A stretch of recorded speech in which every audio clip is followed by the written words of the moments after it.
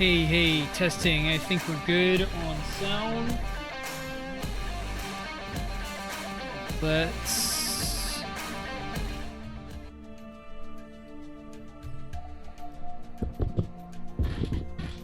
Alright. We are go. Hey, I'm Walter Snacklefox. I am a Foxboy VTuber who fought food zombies years ago, and as a reward they gave me this cool VTuber model. And today we are playing Reverse 1999. This is a gacha game, and here's one of my favorite characters, Tooth Fairy. And as a gacha game, I get lots of cool characters. It's very much rooted in world history, not in some fantasy world, not some isekai, but a lot of the characters that you can get have special powers. They're Arcanists. Arcanists are kind of like wizards from... Hey there, Tailsplash. Welcome to the stream. We are playing Reverse 1999.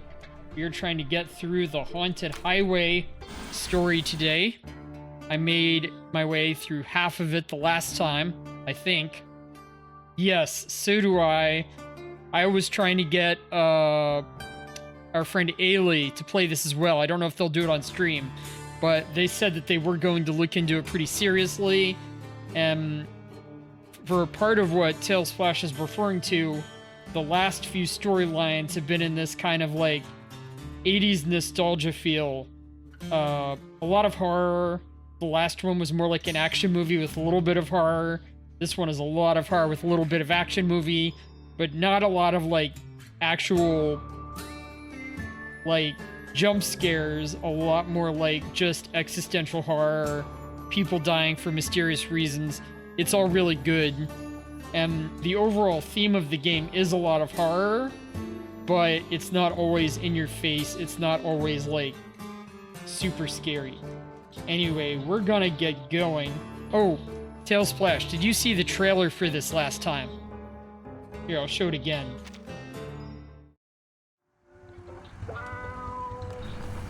Maybe it'll give us a little bit of introduction for what you missed.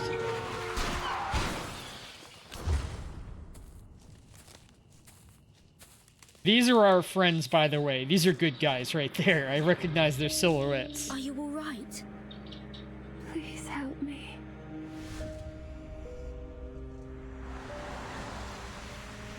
There's a motel close by. A motel? Tuesday's Motel. Can I help you, miss?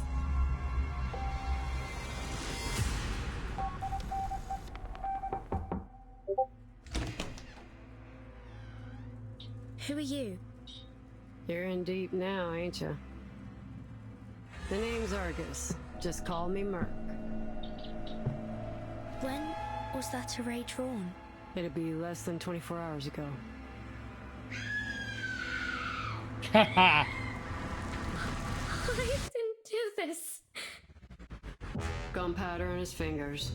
But this ain't no ordinary pistol. You're in for a lick of trouble, that's for sure. Take me to his room.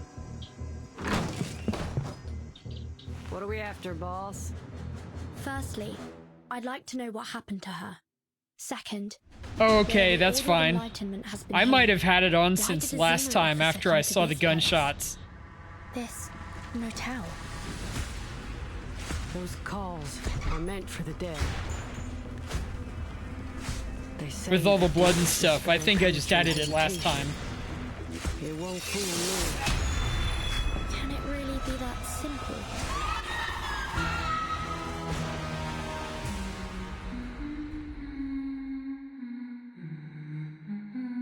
Okay. Well, I'm happy about that.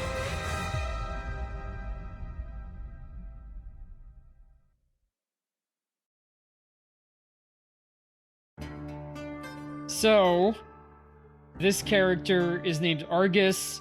She's a bounty hunter. She got a bounty, or maybe she took it on personally. It's not clear, to track down her young friend Kayla. This is Barbara, a sheep girl. And, oh, hey there. I am having trouble pronouncing that name. Yinuni? Welcome to the stream.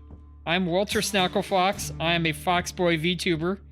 I fought food zombies years ago, and they gave me this cool VTuber model as a reward.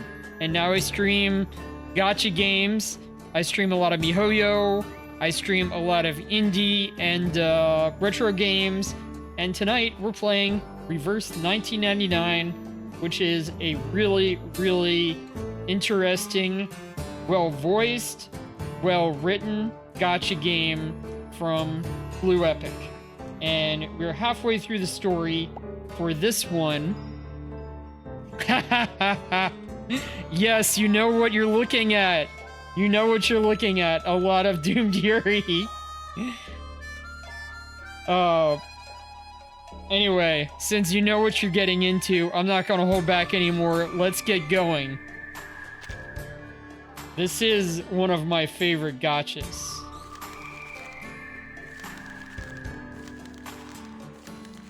Alright, we are halfway through the story at the front desk call. Yeah, and speaking of which, we just got a Blani story. I just read through that today. Blani is one of the early stories. We went to a haunted lake. It was literally another horror story like this one. It went like this time last year. And everything played out exactly like a horror movie for half of it at least. And there was like an otaku for horror movies hanging out. And he was like, yeah, this is gonna happen. And then it happened. And everyone was kind of like, that's kind of odd. Like, it's not supposed to act exactly like the movies. And then, surprise Yuri, that was the end of it.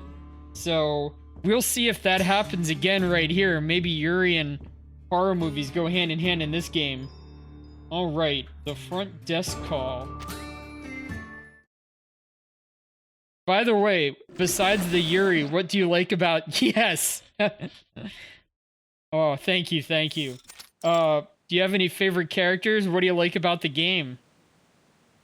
In the center of the red room stands a now snow-white crib. The hanging curtains sway slightly, like pulsating veins. An arcanist with the head of a sheep stands there, silently observing the translucent fabric. Footsteps draw closer, but she doesn't turn to face them. Are you not satisfied with my services? Aw.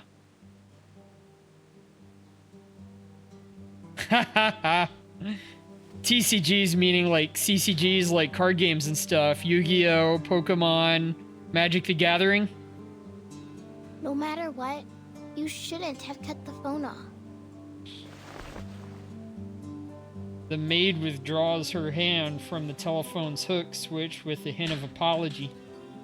Nor should you have isolated me from the outside world. Because you should know better than anyone what that means. Why should I? All I know is that a poor, helpless child like you shouldn't be alone on the roadside. Yeah, of course, of course. Thank you for coming in, though, Tailsplash. I do not have Isolde either. I do have Kikania, so it might be a decent pickup. I have maybe 90% of the characters in this game just by playing persistently and trying to get them when I can. Where's your mother? Way more than I have Didn't as she a tell you to percentage be than other careful? gacha games. She sighs softly. You really don't remember anything, do you? What do you mean? What do you think I should remember? Well, clearly it doesn't matter now. This motel's well decorated. Did you do all this yourself? This hotel's well decorated. It looks like it's the last place I want to stop ever. Okay. 70% of the 6 stars, missing a few 5 stars. I'm the opposite. I have Ulu. Almost everybody does. I put a little bit on her. I missed pity on Spathidia, and I got Melania, and I really love Melania, but she seems just hard to use. If you hit that first ultimate early, then she's cruising, but half the time I hit that first ult at the end of the battle, and then like everybody's dead, and everything Melania does cool never happens unless I'm playing like a really, really tough boss. I do have the Melania skin. I'm happy about that. Beautiful wedding dress. She turns into a squirrel. I love squirrels.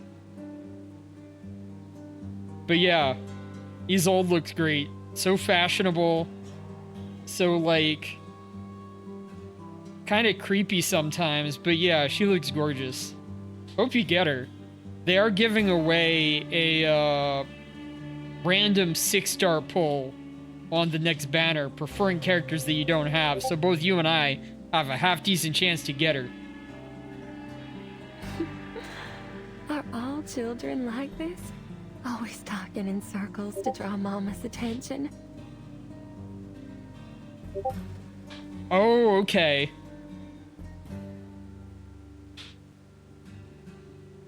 Isolde isn't on it? I thought it... Whoa, maybe Isolde comes out... Maybe she was after Kikania and she's not on it because of that. I think they said the last one was Kikania. Oh, but these innocent words make them all the more adorable. And I did get Tuesday here. I already have her. Of course, I got Jessica from that Green Lake event. So I'm hoping that she'll finally buff up Jessica to be useful again. I am not a child. That's exactly what a child would say. I hate that! She yields helplessly. I've always felt a familiarity with you. Like I've known you for a long time. So then why are you saying she's a child? Can you tell me about it? Why were you out here on Route 77 all alone? Maybe I can help you. Have you heard of Utu? Oh, I have. Yeah. Now, it kind of gives her like a dead look. Which isn't unusual for this game, but I think you're meaning like Tuesday here, right? Not Barbara? It's a magazine on the about eyeshadow? fashion, trends, and the avant-garde. So Tuesday does recognize Utu. My brother loved that magazine, but my father found it unacceptable. To think his eldest son would read those softies magazines instead of working on the farm.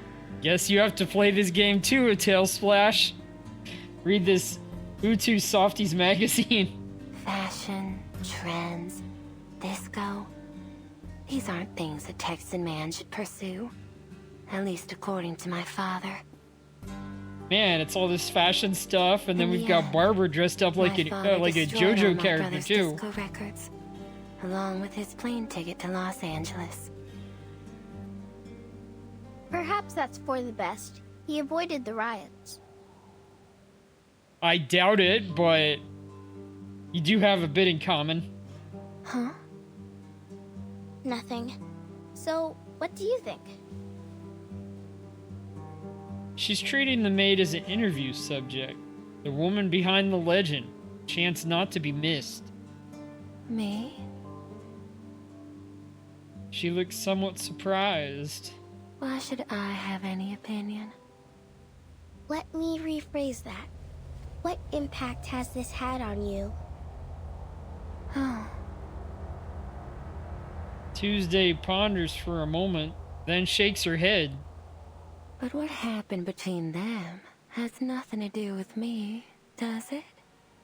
These were the choices they made. Man, she looks so sus when she says that, though. She looks sus whatever she does, but something's going on here. When I first arrived, a local resident told me not to stay at Tuesday's motel. He said his aunt went mad soon after she stayed here. The windows rattled gently, emitting a faint sound. I remember that lady. Her head was so large. It reminded me of those stories of people with deformities. so I had her watch a freak show at midnight. Sadly, she didn't seem to enjoy it. Okay. A harvester starts up in the distance. Sound of the engine fills the room. Are there any characters you're looking forward to rolling for in the future, Yanuni? Besides, in his old rerun?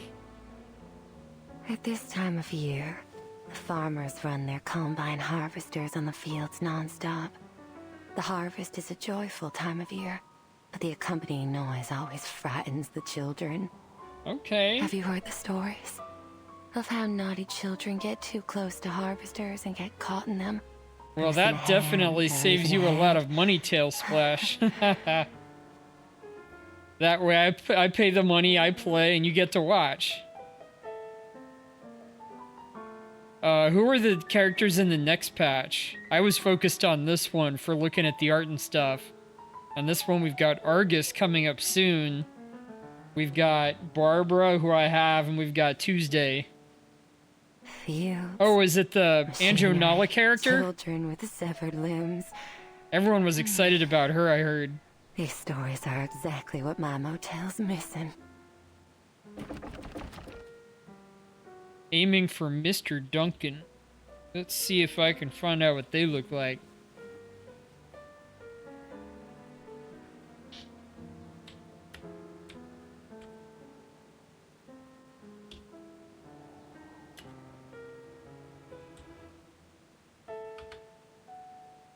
The window rattling grows more frantic. Oh, my baby's calling. Please excuse me. I don't want another temper tantrum on my hands.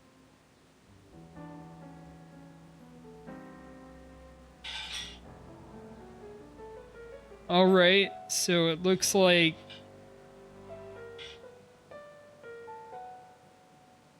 this guy's you're looking at, right? Yeah, he looks cool. Wonder what he does. Kind of like a handyman outback guy. Apologies, my fluffy little child. I look forward to our next conversation. Talking to you always brings me inspiration.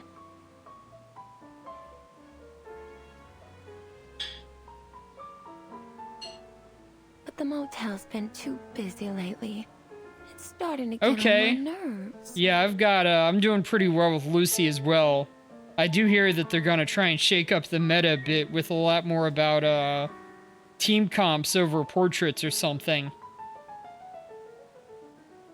But since I have so many characters, I'm probably decent on team comps then. Her cough is weak, like a sickly child's. Oh, see, this is what I mean. How could I bear to send you out on your own? You'll stay right here in this cozy little room until you're fully recovered. I don't need this special treatment of yours. Staying here won't cure my illness. Just get some sleep. You'll come to your senses after a good rest. So what's the lore around Mr. Duncan that you care about? What's his background? I'll see you soon. The maid lightly steps out of the room. Barbara watches as the door vanishes.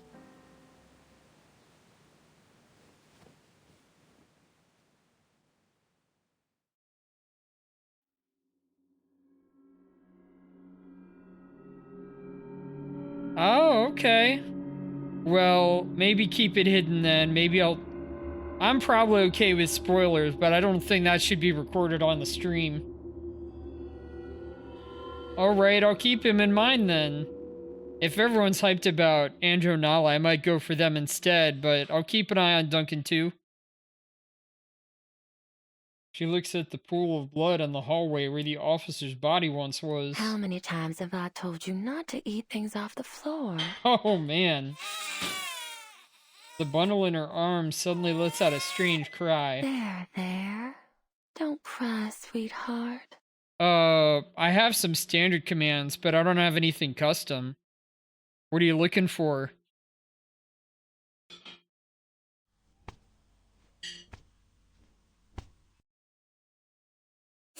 If you have good ideas, I can probably add them. Alright. Yeah, I don't have anything custom, so if you have some good ideas or what's normal, feel free to help me set it up or do it yourself. Picrosma Candy. So this is the kind of like energy system in the game. Yeah. And it came into the story because one of the characters runs not on coffee, but on chewing these things down in order to keep her arcanist abilities running whenever she needs them, and she hasn't had sleep in days. Argus is just crazy sometimes.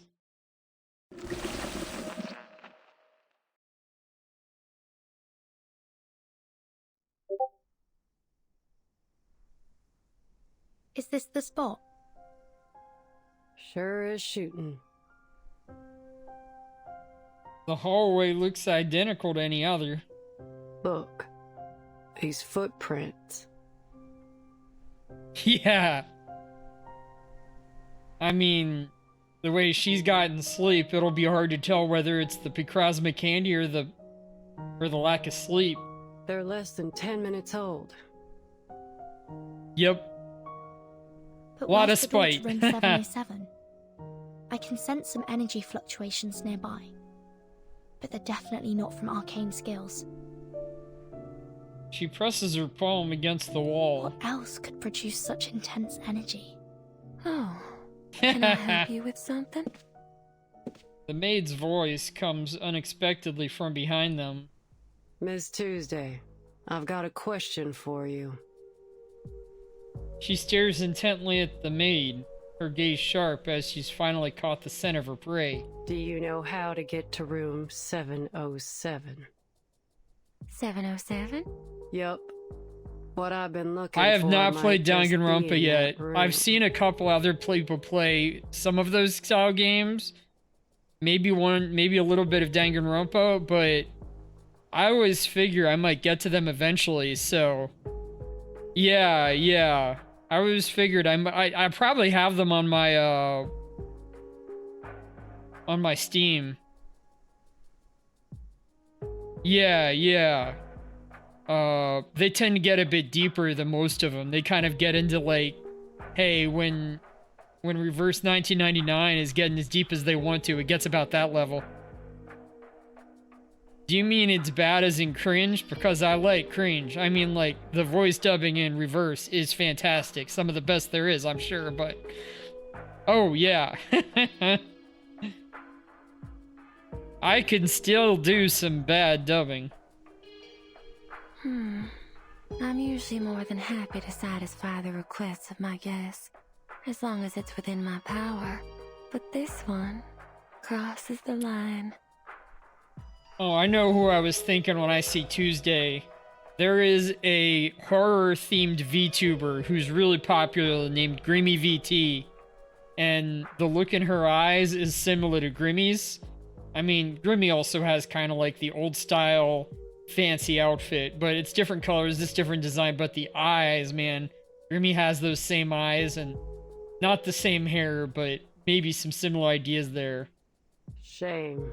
Looks like negotiations are over. I think Grimmy's eyes are a little bit more yellow, but they're still kind of blank. Very cute though.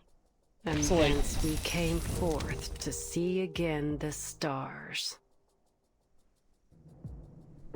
After a brief moment, a glimmer of emerald light reignites in the eye. Using arcane skills so frequently is bad for your eyes. Who's Sans Undertale? Argus? Or Tuesday? Using arcane skills so frequently. Didn't your family ever tell you that? Ah, okay. Oh, okay.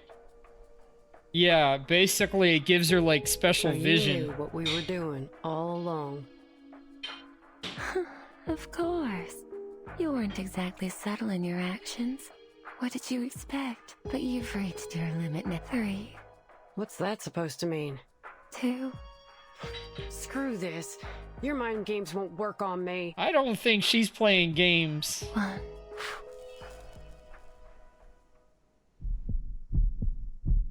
The light in the mercenary's eye goes out in an instant. Her eyes widen. Huh? Who turned the lights off?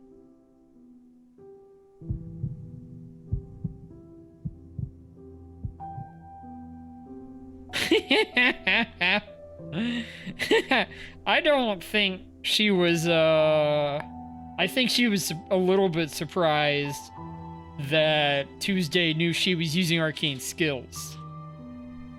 I think she knew she was sneaking through, but using arcane skills is something different sometimes. The lights are still on, dear. Argus doesn't respond. She pulls a Picrasma candy from her pocket. Her hands tremble slightly, causing it to slip from her grasp and fall to the floor with a clack. She picks it up and places it back in Argus's hand. You rely far too much on Picrasma candy. It can't solve all your problems.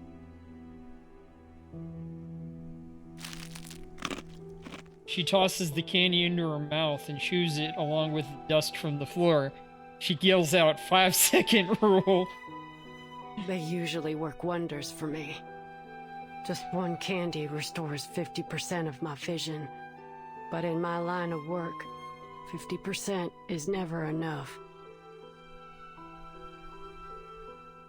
You don't think that she knew that Argus was using her ability? I agree that, like, she wasn't leaving traces.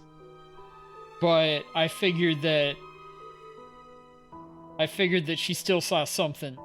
Especially since she seems to have some sort of bond with the hotel itself. Like, there's something else living here, like the hotel or the baby. And she would have seen it through that somehow, directly, rather than, like, seeing the traces. That's why I take 2. I need But my I haven't vision finished to it be yet, at so I'm least kinda guessing. 100%. She runs the candy along her tongue, and the expected sweetness fills her mouth. That'll do the job most of the time, but sometimes I've got an extremely challenging task. That's when I eat a 3rd candy. At that point, it's getting extremely dangerous. Yeah, but she might notice the baby's getting upset while she's rummaging around. Similar, like a dog isn't intelligent, but they might get upset or something, or a cat. You can read their body language. Anyway, I'm just guessing. I haven't read through it yet. That's my suspicions. That she saw enough of what was going on by knowing this place. She's lived here so long, and with the baby. I should be able to see now. No miracle occurs. Her eyes remain still, like a night sky with no stars. Should I take more? No? Absolutely not. The large amount of candy you've eaten is exactly why your eyes have failed you. And in such a crucial moment, no less. Excess leads to destruction. This is true for all things. You do well to learn your limits. Ooh. Hydrate. What? I also had to be careful not to frighten those children too much. The maid seems to relive some fond memories, a satisfied look on her pale face. You've always put your faith in these candies, haven't you? 1 candy, 50% recovery. 2 candies, 100%. 3 candies, and you can tackle even the most insurmountable problem. Oh, how dependable they are. Just like the venerable Argus, who succeeds in any job she takes on. She chuckles. It's precisely your excessive confidence in these candies that has led to your marvelous destruction. Oh. Just as the people's trust in you as a mercenary has led you to this bottomless abyss. Oh, you poor thing. And of course, they'd never have imagined this. Argus, the mercenary named after the 100-eyed, all-seeing giant, is in fact a blind fool. Oh, so she knows a bit more about Argus than just her wandering into this hotel. Who the hell are you? She fires in the direction of her voice, the gunshot ringing in their ears. The bullet pierces the wall, and a strange wail echoes through the halls of the hotel. Damn it! Damn it! Missed me? She digs her fingers into her hand as she tries to control her trembling. She steps forward, pressing her chest against the barrel of the gun. There you go. Now there's no way you can miss. But do you have the guts to pull the trigger? She tilts her head, slightly smiling. The decision's yours to make. But once I'm dead, you'll never find room 707. Barbara, Kayla. Everything you're looking for is all in that room, isn't it? Don't you dare say her name with that filthy mouth! But why? Miss Kayla's such a lovely guest. I very much enjoyed her company. The maid looks at the mercenary's face with interest as it twists in rage. Enough. You and I need to have a serious talk. Oh, there's no need for that, actually. My baby's eager to meet you. You're... She looks at the bundle of swaddling cloth in the maid's arms. Yes. In fact, the baby is the master of this motel. She holds out the bundle. I think the two of you ought to meet each other first. Here, hold it. She places it in her arms. The bundle is much lighter than she expected. Not the weight of a child. This is... She sees the carpet beneath her transform into a quagmire. Tuesday stands on top of the mud, smiling at her. Mercenary shouts are dulled. It's as if she's plunged underwater. She hears hurried footsteps approach her from a distance and feels the once light bundle become as heavy as lead. Something engulfs her ankles, pulling her down, down, down into a world of endless darkness.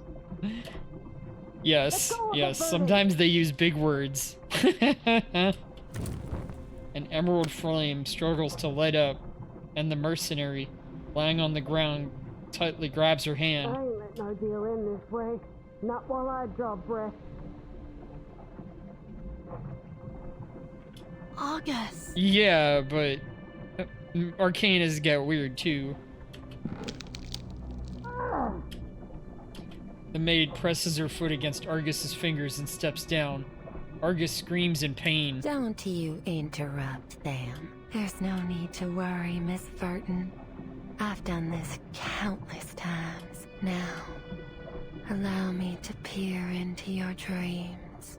Aww.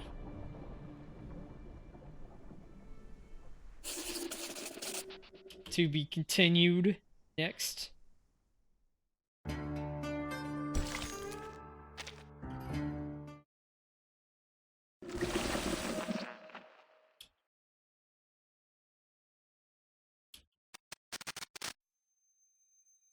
The sounds of the world fade into total silence. When she opens her eyes again, there is nothing but darkness. Where am I? Plop. A cool drop of water falls on her nose. Is that rain? I can catch anything with a toss. Burton, that's why you gathered us here, right? Oh You man. shouldn't be here. You understand what we desire most, right, Burton? The falling rain surrounds them. Children watch curiously. Burton, we made it, right? But why is it still raining? Don't be such a baby, Isabella. Haven't you seen rain before? Oh man. Not something to laugh at. If this is what I think it is. Were you afraid of children? Or rain? A familiar voice echoes in the darkness. No, I'm not afraid of them. Rain is common. It's always falling somewhere in the world. It's merely an ordinary weather phenomenon. The maid snaps her fingers. The raindrops halt and then start to flow upward. This is the kind of rain you're afraid of, isn't it? I've never seen rain fall upwards. Is this some creation of your imagination? Still, I don't see why you'd be afraid of rain falling in reverse. So she doesn't know about the storm. Would you care to enlighten me, dear child? Miss Tuesday, please. Stop trying to get in my head and tell me where Argus is. The maid ignores her and steps closer. Before I met you, I never thought that a person without fear could exist in the world. I've Interesting. never once guessed someone's fear incorrectly either. You really are something else. You didn't guess incorrectly. These reversed raindrops have brought utter chaos to the world, pulverizing people under the crushing wheel of time. You should be thankful you've never seen it, but it can't stop us anymore, because the umbrella's here. She opens the umbrella. At least now, when the storm comes, I can hold up the umbrella and protect my companions. And although this ability has come too late for some, we still have a future to protect. Why are you so obsessed with people's fears? Your hands have been trembling with excitement this whole time. The maid clasps her hands under her chin, face flushed like a blooming flower. Oh, okay. I think I missed the Schneider mention, but man, the community loves that girl. I kind of forget her, unfortunately. That story was kind of a while ago, and I didn't quite know what was going on yet. Maybe I should go back and play it sometime. Wrong at all. Why waste your time with that mercenary? She may look tough, but Oh, she's okay, hollow okay. inside. I figured there was more than Have that. you ever eaten a macadamia nut? Crack the hard shell, and you'll find the delicious center. Who could resist the soft texture and rich flavor of fear? Oh, okay. How many family members she had? I guess I need to do some research on that one too. Miss Tuesday, this has to end. Not that I could rewatch for Varen Saint again. That one's on rotation. You were the one pulling the strings here, aren't you? The maid blushes as she twirls her skirt with one hand. Oh, what an astounding accusation. But oh, do I feel so gratified. I've never felt so satiated in my entire life. Her very being seems to be caught in a strange tremor. Oh, you're the only one who's ever seen through me. How exhilarating. However, your accusation missed the mark. She stretches out her hands. They look especially pure under the rain. You see, my hands, they're immaculate. Never once tainted by a single drop of blood. I take great pride in it. You see, I barely do anything to make people's fears arise. Her hands tremble with excitement. I would never injure anyone. Fear created through physical harm is its crudest and most base form. What I crave is the fear that lingers in their hearts forever. The maid's cheeks flush with faint pink. The kind of fear that, even years later, when they recount their experiences here to their friends and families, a seed of fear is planted in the listeners' hearts. Aww. I instill fear in my guests, and they become my beloved children. In the rain, her fingers tremble uncontrollably, and a beautiful smile spreads across her wet face. Where is she? Where's Argus? Well, I suppose she's experiencing her own fears right now. Under that hard mercenary exterior, she's tormented by them. Can you imagine that? Sorry, Miss Tuesday, but I'm not interested in this vile obsession of yours. The one with the umbrella walks deeper into the darkness.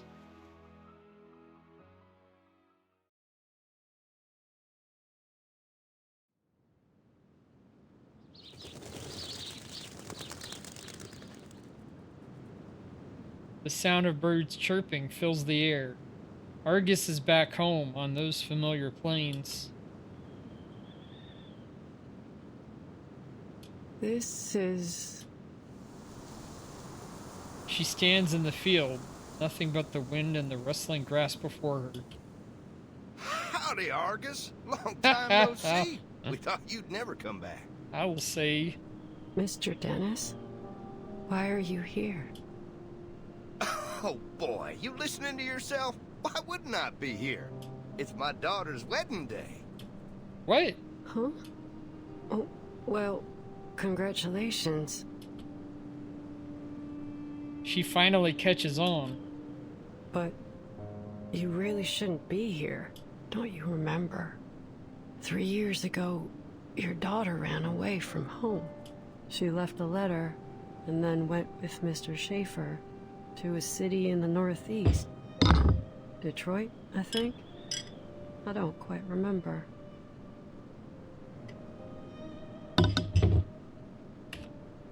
Oh, come on. Quit fooling around. After 3 months of searching, I found her. But she refused to come back with me. So you went to Detroit yourself. And then you... Her words drift off. Dennis died in Detroit while looking for his daughter. At least that's what she remembers. Dennis, 1938 to 1987, RIP. But how can that be? He's right here, standing in front of her. In any case, I'm sorry I couldn't bring her back. What are you talking about, Ark? You must be tired from working on all those requests that the townsfolk have pushed upon you. I've told them so many times to go easy on you. That said, I have a request for you myself. What is it? Did you lose some livestock, or...? It's about herself. Townsman winks and hands her an invitation. Come to Alice's wedding. We've prepared plenty of food and beer, and we've got the chapel choir together. Don't miss out, Missy.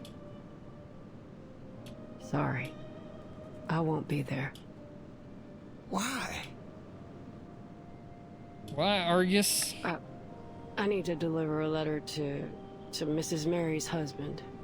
She can't go herself because of her bad legs, you see. Hey, Argus, I didn't ask you to deliver any letters. Wait. Mrs. Mary, didn't you...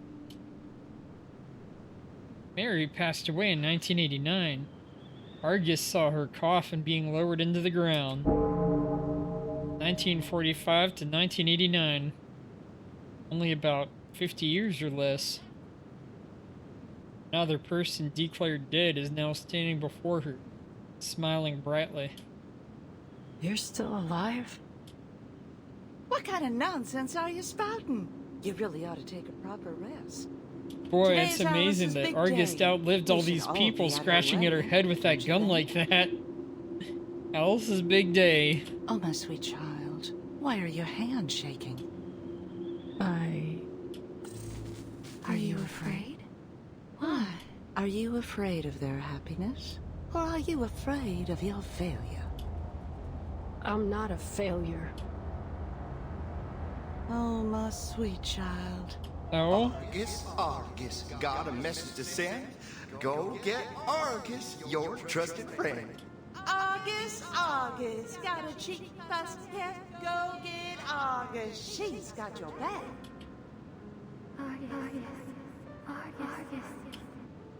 A foreign voice echoes through their mouths and surrounds her. Who's there?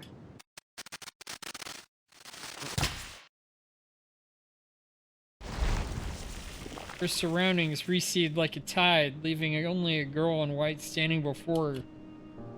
Wrapped in a half-soiled birth cloth, a lamb lies at her feet. The girl's hands are covered in blood and amniotic fluid. Her smile is as pure as a dove. It's me, Kayla. You haven't forgotten me, have you? No, we saw you for some reason over at the Xeno base. It's getting dark. We should take them back. Ain't no way they'll make it through the night out here with their mama hurt, and you can't see a thing at night. Oh no, they gave her the mom braid. Yeah, we need to go back now. Can't delay any longer. What? Hold on a moment. The lamb bleats. What are you doing? There. She kneels down and gently strokes the lamb's neck. The lamb bows its head and licks her fingertips. They're still wet with amniotic fluid. Kayla smiles and tightens her grip around the lamb's neck. It lets out a piercing cry, sending a distant flock of birds into the air. The cry becomes weaker, more strangled, and then silent as the life is squeezed out of its body. Isn't it better to die a quick death than end up in the belly of a wolf? You've got no right to make that decision. No living thing is born to simply die. It could have stood up. It could have survived. The girl gets to her feet. We can go now. No, don't go. The girl smiles as the long grass rustles against her flowing skirt in the breeze. Oh, you've reminded me. There are 2 problems left unsolved. Those 2. Over there. What is it? Oh, okay. The 2 from the dream. It would only take 2 bullets. 3 seconds max, as long as they're alive. They'll come after you just as hard as you hunt the targets of your missions. What? I'm sure you know that better than I do. Why should I kill them? Do you need a reason? Just do as we've always done. I say, and you do. No need to think about it. Isn't that what you pride yourself on? A What in the mindless world? tool that blindly follows orders. That's all a mercenary needs to be. Isn't that the so-called value of a mercenary that you always talk about? No, it ain't true. What's with the hesitation anyway? It's not like you give a damn about other people's lives. The only reason you can't bring yourself to kill them is because you enjoy how they always praise you and depend on you. You ain't Kayla. Seriously? Are you saying I'm a fraud just because I don't meet your expectations of what I'm supposed to be? The girl gives an inexplicable smile. Fine. If you think I'm not Kayla, then why don't you kill me now? Just shoot me in the chest. And these people will treat you like a hero. They'll gather in the fields, holding torches, and chant your name.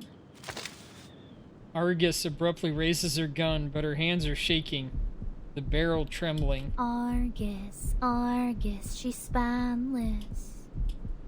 Argus, Argus, she's... Bang. Argus. Argus. The deepest despairing external danger. If there were a Our deceitful peaceful spirit spirit eternal eternal hibernation, hibernation, we only have our own 2 legs to stand on.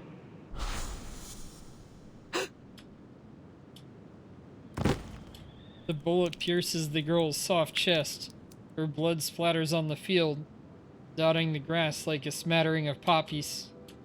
It clings to the grass, its weight causing the blades to bend. Oh, Argus! The tales of your heroic deeds will be passed down through generations. She ain't Kayla. Now, you're lying to yourself again. Of course she's Kayla. Wow. It's not possible. Do I need to show you the bullet through her heart for you to believe it, Bonehead? Damn it! She loads a bullet into the chamber with a crisp click. Don't pull the trigger. Now, if anything, this is Schneider-like right here. Virgin? How did she get all the way out here? Where did she come from? Calm down, Argus. Remember, what you see isn't real. You're still inside the motel. At least for now. Oh, here comes another little lady. Excellent timing. Come join the party.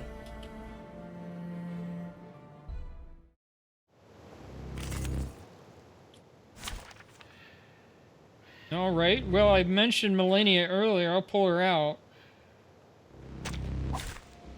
Your request has been heard.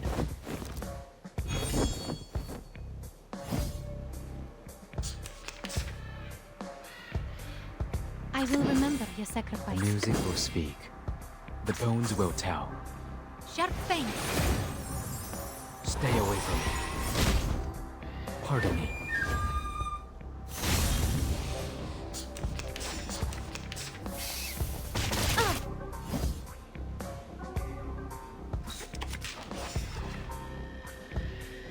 Handy.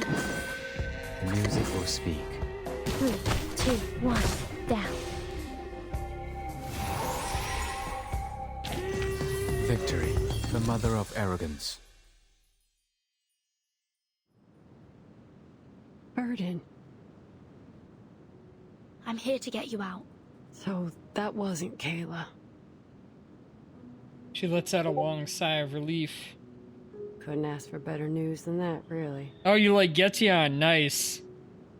He's definitely an interesting character. No. Let's get out of here. She reaches out her hand, an invitation. Okay. Argus reaches out. She feels like something abominable is chasing after her. That if she stops, the shadow of confusion will come and swallow her whole. Yeah, nice. I didn't actually get his skin. I got the one for Tooth Fairy, but not him. She ain't Kayla. She declares this with absolute certainty.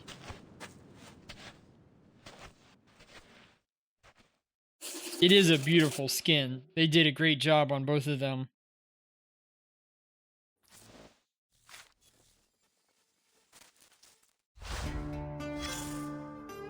Haha, yeah. Have you heard any of the music that they commissioned on YouTube? Like different versions of some of the songs from different artists? I really like Tooth Fairy's stuff. The hotel hallway is quiet as ever. The maid stands smiling. Did you see it? It? My baby, of course. Oh, so it didn't show up then? What a shy little pumpkin. What is it exactly? Oh man, I need to look up that. I love Tooth Fairy's voice so much in her trailer. Kind of like Tuesdays, the kind of like creepy sounding, even as Tooth Fairy's actually being really nice. A supernatural being. An amalgam of urban legends. An ever-pounding heart. And a shy All little right, baby. I've got to look that up because I need to see more, not just Tooth Fairy, but Reverse 1999 cosplay in general. Most of the time, I think we get a little bit of Vertin, a little bit of Sinetto. We're lucky. I think we have seen Regulus before, but nothing outside of that cast. But seeing how you got out of there in one piece, I'm certain you've already earned its approval. Come on in. I'll show you the sweetest little room in the motel. A red door Don't be appears behind afraid, her. Sweetheart. Go ahead. Open the door. Alright. The door remains motionless. Open it. Now. The mercenary says nothing. Okay.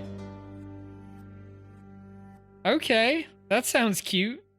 Is it translated if they're Chinese? The mercenary says nothing. She silently wipes the barrel of her gun. Bang, bang. She fires 2 shots at the red door. The entire motel trembles violently. Okay, subtitles, okay. That'll do it. Before she can reload, the ground beneath starts to shake beneath her feet, and a deafening sound reverberates through the hallway.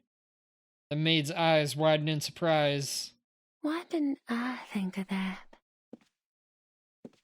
What? Your eyes haven't recovered yet, have they? Such poor aim. Let me lend you a hand. Listen to Mama. I told you long ago about the consequences of disobedience. Oh, it's out of bullets. Could you help me reload? Oh, sweet child. Can you see it? This is the beauty of fear. Watch out! Please, come in, my dear guest. Alright, it's that yearly horror stream when they introduce the toxic Yuri.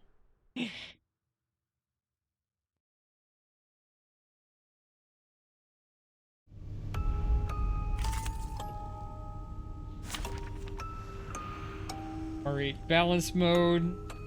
Guess this is a boss. Not that one. That's not too bad.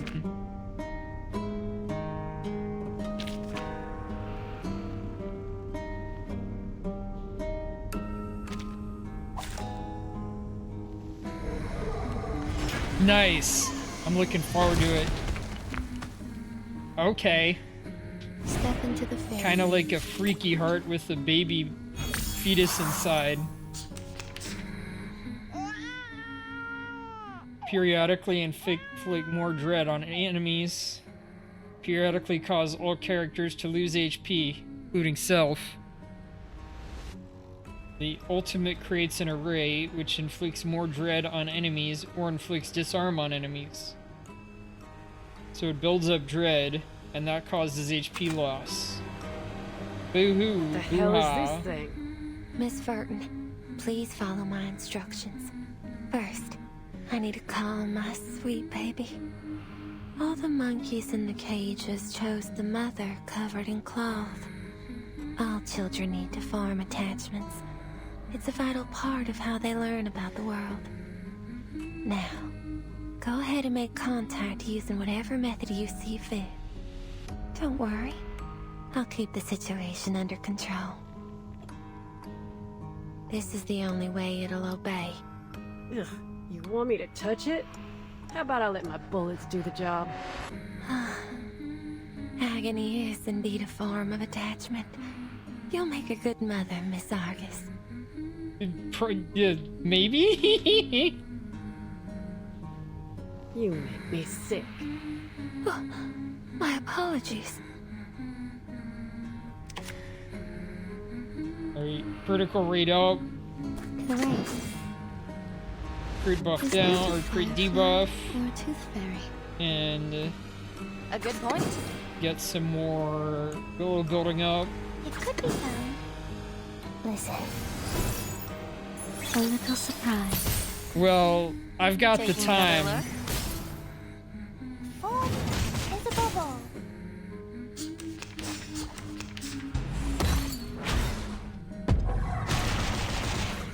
If need be, maybe I stick Connie on this instead of 37.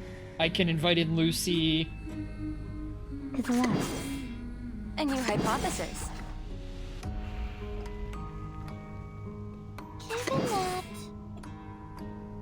it could be found, This'll help. No other study could show you this. uh-huh.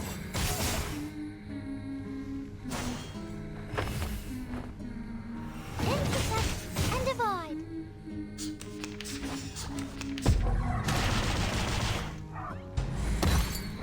Leon!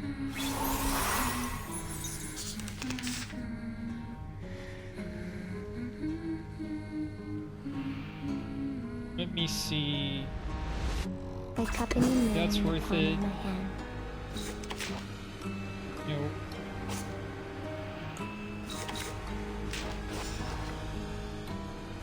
By cupping the moon in the palm of my hand. And I'll cast this A one good as the point. last one. I am the waves in the ocean and the stars Okay. in the sky. Taking another look.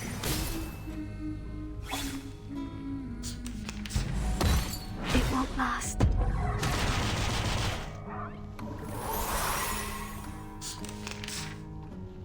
Does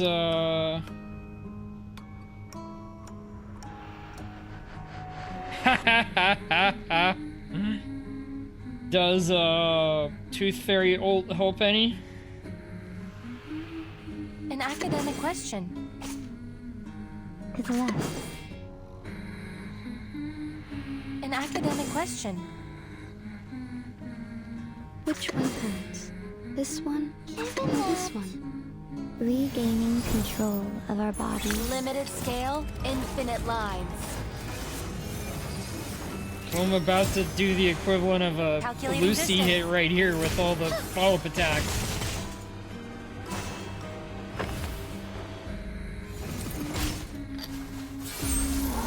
time to check my calculation.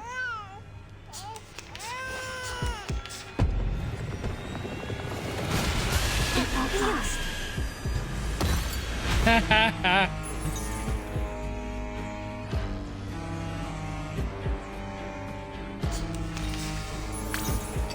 Okay.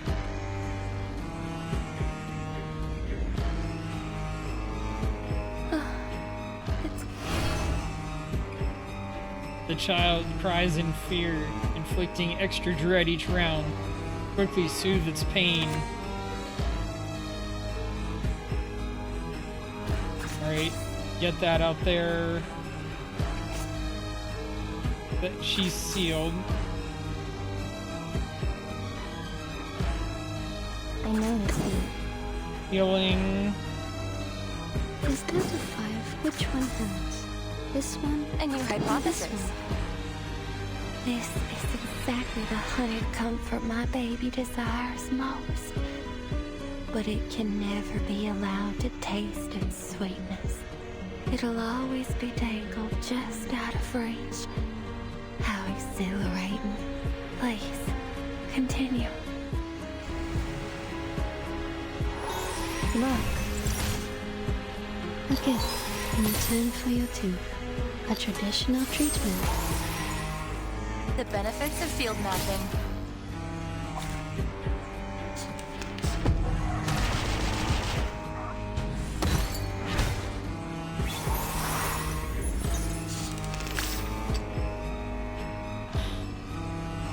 It's kind of annoying with my ults locked down. Oh no, they're back. They're back. By cupping the moon in the palm of my hand. The final demonstration. A good point. It could be found. I am the waves in the ocean and the stars in the sky. Welcome to the world of numbers.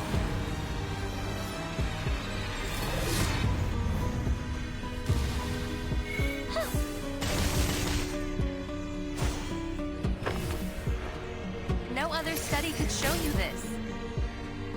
Intersect and divide.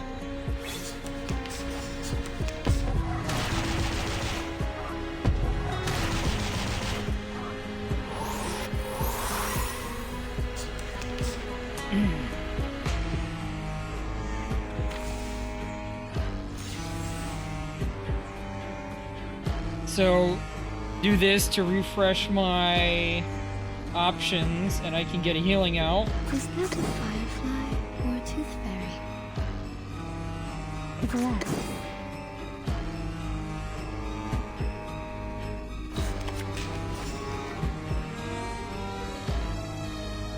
A new hypothesis. Sweetness comes after the pain. Listen. Taking another look?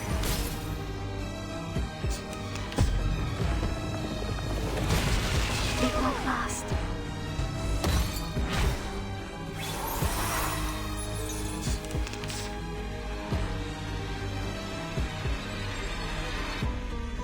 Dance before dawn breaks.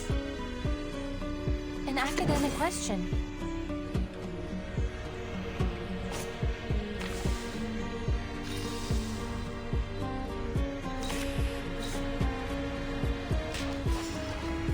Dance before dawn An breaks. academic question.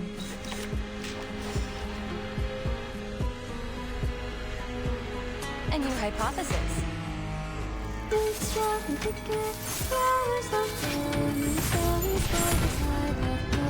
Limited scale, infinite lines. Behold. I can inflict intoxicating pain upon it, which is precisely why I became its mother. If Interesting. you hadn't explained this earlier, I might have mistaken this for some kind of monster training show. Oh, what? Oh man. Reverse 1999 becomes Palma World or whatever. Look, it's calmed down. My sweet, obedient baby. You deserve a reward. It fell asleep. You may proceed now.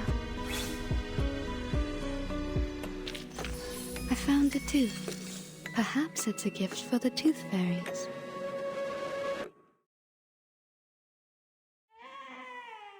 Well, I guess my team was fine. We got it done. When I found it, it was still called Sweet Home. It was all alone, abandoned in the wilderness. A poor little thing. So you took it in? Some unknown, growing arcane consciousness that takes the form of a motel, yet somehow also exists as a baby. I'm guessing it kind of possesses the hotel. Yes. The maid bends down and picks up the swaddled baby from the crib. There. But it seriously impacted the lives of the locals. Oh, Miss Verton. They chose to come here of their own volition. I never forced them to stay. But after leaving, some of them went mad or even committed suicide.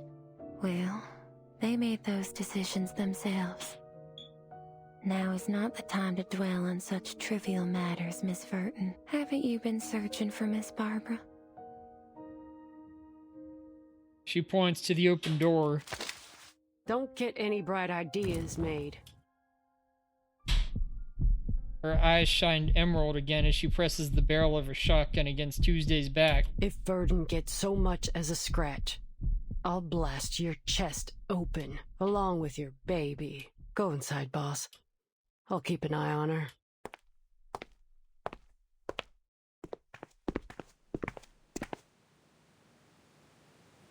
Red curtains cover every inch of the room like a flesh clinging to a body. An ivory bed stands in the center. Here you are, Miss Verton. I'm so glad. I was beginning to think I'd never regain contact with the outside world. Miss Argus, you can put your gun down now. She speaks, trembling slightly as she savors every moment of her heightened heart rate. I've shown my utmost sincerity, have I not? Shut your trap. Let's get out of here, Miss Barbara. I don't think it's the wisest choice to have this conversation while we're still inside a living thing. Argus, I need you to keep Tuesday in check until we make it out of here. You ain't gotta tell me twice. A beam of light shines in through the window. Dawn is breaking. I've gazed at this scenery countless times, but never have I felt as enthralled as today. But, Miss Verton, don't you think you've forgotten something? Forgotten what? that guest who came with you.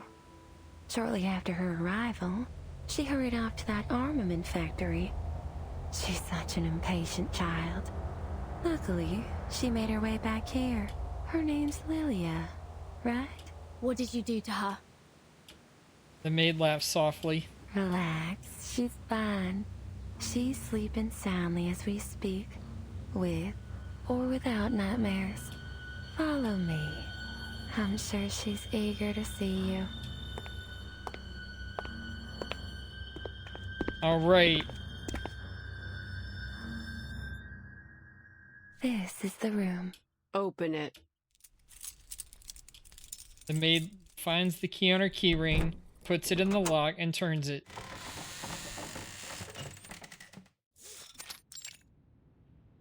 Room 203, Tuesday's Motel. The room is empty. Oh. The maid frowns, her annoyance visible on her face. The owner of the... I am a Lilia Flan. Yay, can't wait to hear her to do so much. And yeah, she's also supposed to get upgrades with some new character ability system coming out. I'm hoping that'll show be fun. I do like Lily a lot. Lilia is sitting exhausted below. Their eyes meet. Vertin, there you are. Listen, those Manu scum have already wormed their way into the town. We can't go there. You look terrible. I couldn't sleep at all in that haunted room. Every time I closed my eyes, I saw all kinds of creepy stuff. Can you come down here, Capitan? Talking like this hurts my neck. Okay.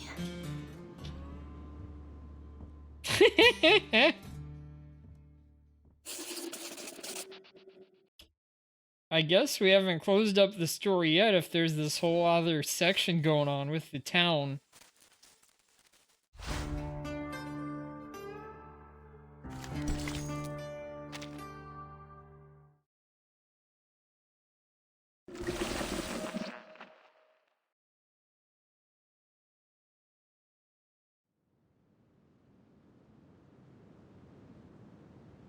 What's going on?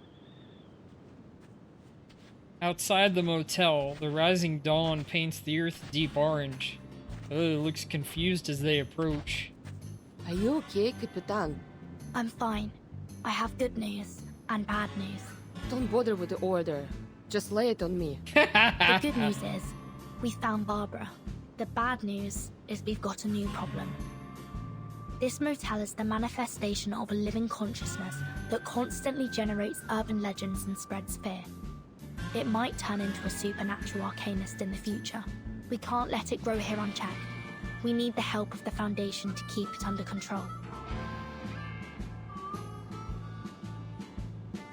Boss, my job here is done. I'm heading into town for Kayla. She looks off into the distance.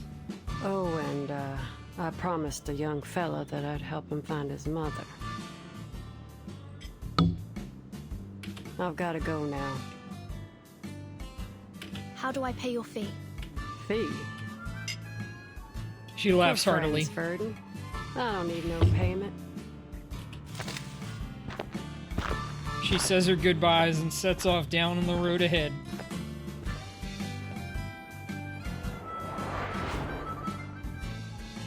All right, Capitan. Any progress on finding Erd? The little sheep's ears twitch. That's why you came looking for me, right? I'll ask the wind for you. It's the least I can do. She closes her eyes. Did she doze off? The gentle breeze caresses her ears like an invisible thread being woven between them. I'm listening. Oh, I heard it. The answer.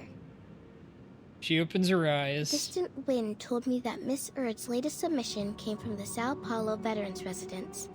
The article she submitted was an excellent piece, but Atu doesn't know anything beyond that. Okay. I suppose we'll all have restful sleep and sweet dreams tonight. I've collected the material I needed for the upcoming feature interview. I bet the readers will enjoy it. All right. I'll be sure to include your name on the byline, Miss Tuesday. Me? I don't think I contributed anything. Quite the contrary. You played a significant role. If it weren't for you, I wouldn't have realized my inner fear of losing communication with the world. First-hand experiences like this are invaluable to an editor. Oh, with the way you put it, I almost regret letting you go. I won't be returning. The interview's over. She closes her little red notebook. If all goes well, you'll be able to read about it in the next issue of Atu. I'll take my leave now. Goodbye. Good. I can't wait to leave this place. We can't leave yet. I just contacted the Texas branch. Their staff is on their way here. They have to investigate this supernatural being as soon as possible. And they'll be here soon, I presume.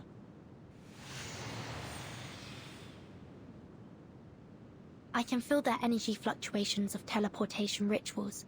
It must be them. Okay. She turns her head to see a stranger standing before her. The girl in front of her has chestnut hair and carries a woven basket on her arm. Looks like you guessed wrong, Capitan. I met her in town. Name's Kayla. Kayla? The girl smiles brightly at her. Do you know someone called Argus? The girl's smile becomes more gentle. The name doesn't ring a bell. How strange. What kind of parent would name their child after a 100-eyed giant? You must have mistaken me for someone else. Kayla's a common name after all. Like Emma, Anna, or Catherine. More importantly, miss, you look... The girl smiles once more. Although I've never met you before, you seem familiar. Maybe you saw me in a dream. She reaches into her basket and pulls out a crumpled flower.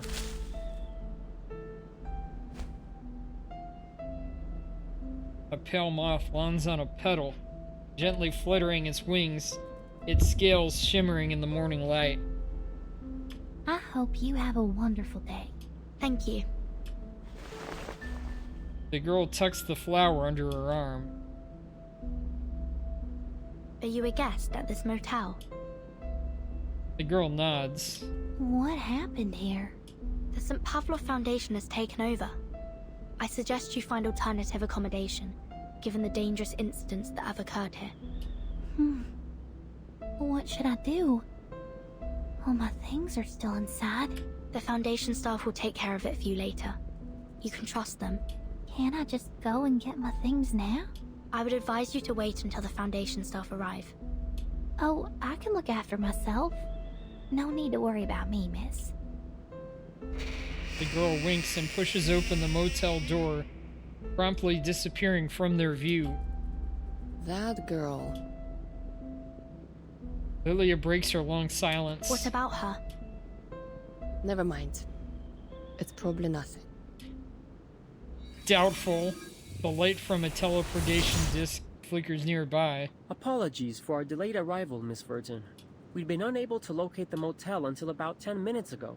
It's as if something was deliberately interfering with our sense of direction. While the Foundation staff is busy assessing the situation. Glad you like him. What do you think of Name Day, by the way? I'm curious about him. While the Foundation is busy assessing the situation, a faint sound echoes from the depths of the motel. Oh. The door suddenly swings open, and a pale, trash-covered corpse is thrown out of it. Once again, it insisted on eating garbage off the floor. Is every child this stubborn? It's Stefan, a Xeno officer. Stefan. Sounds familiar. Oh, yeah. That's what I thought. Like, he seems kind of insignificant a lot of the time, but I identify with him myself. If there's any Foundation character that I'd be, it'd be him. Yeah. Yeah, he was always so casual about it. The staff member flips through his records, quickly finding the information he's looking for. The records show he was a high-ranking Xeno officer who went missing after the vacuum bomb footage leaked. Xeno issued a staggering bounty on him. I guess whatever he did really angered Admiral Igor. Who would have thought he'd be hiding in this little motel in the middle of nowhere? Obviously, luck wasn't on his side. All right, Miss Verton. We'll take over from here. The maid remains calm, gently patting the bundle in her arms. After the branch completes its procedures, you'll be sent to the headquarters for a more thorough assessment. Will you return my baby to me? It's too early to discuss that. Let's go, Lilia. She picks up the suitcase. We must report back to Madame Z about Erd.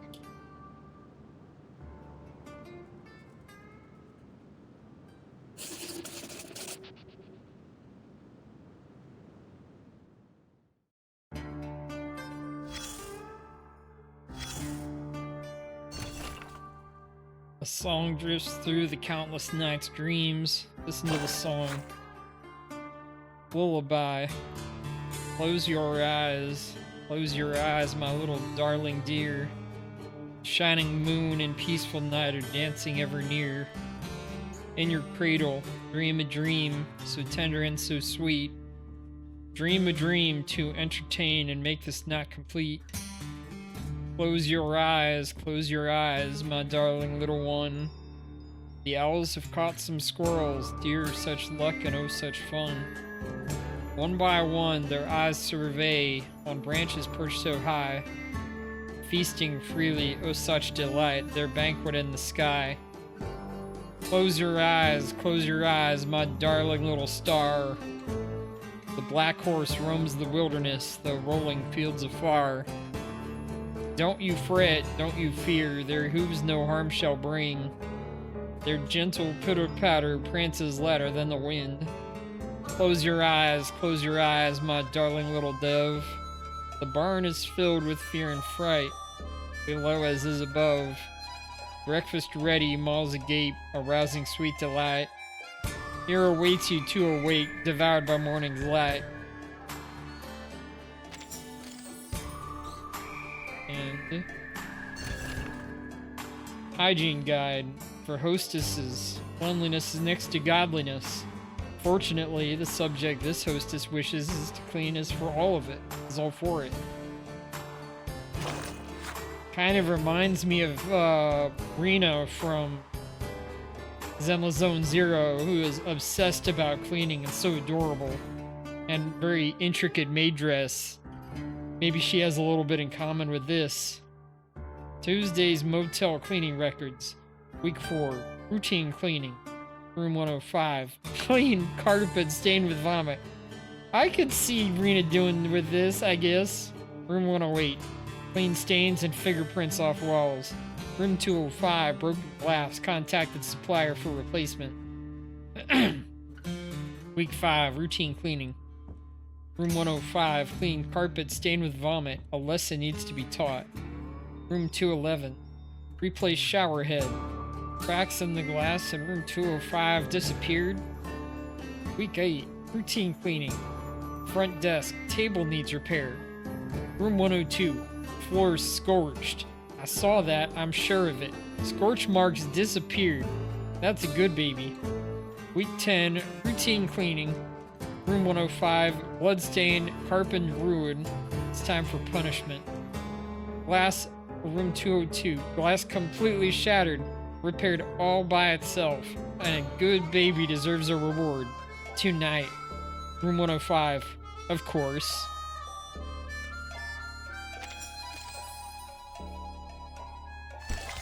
Gone are the old days.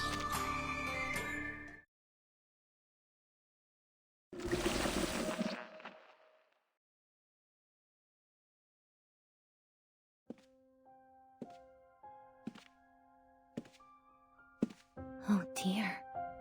It seems a lot transpired while I was away. After a moment's thought, she dials the number on her phone. A few rings later, the call is answered. Miss Grace, I thought you'd forgotten me. I've been exposed. As expected, the voice on the other end is restless. Kimberly, care to tell me what happened in this motel? There's blood and brains splattered in the hallway. Who died and how? It was that Xeno madman. He shot himself in the head. But I still haven't managed to destroy the ritual sigils under his bed. And I couldn't find the... She sighs. Now that our base of operations has been exposed, we'll have to take away everything related to the ritual and leave.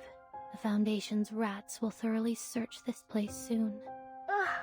The last thing I need right now is to deal with them.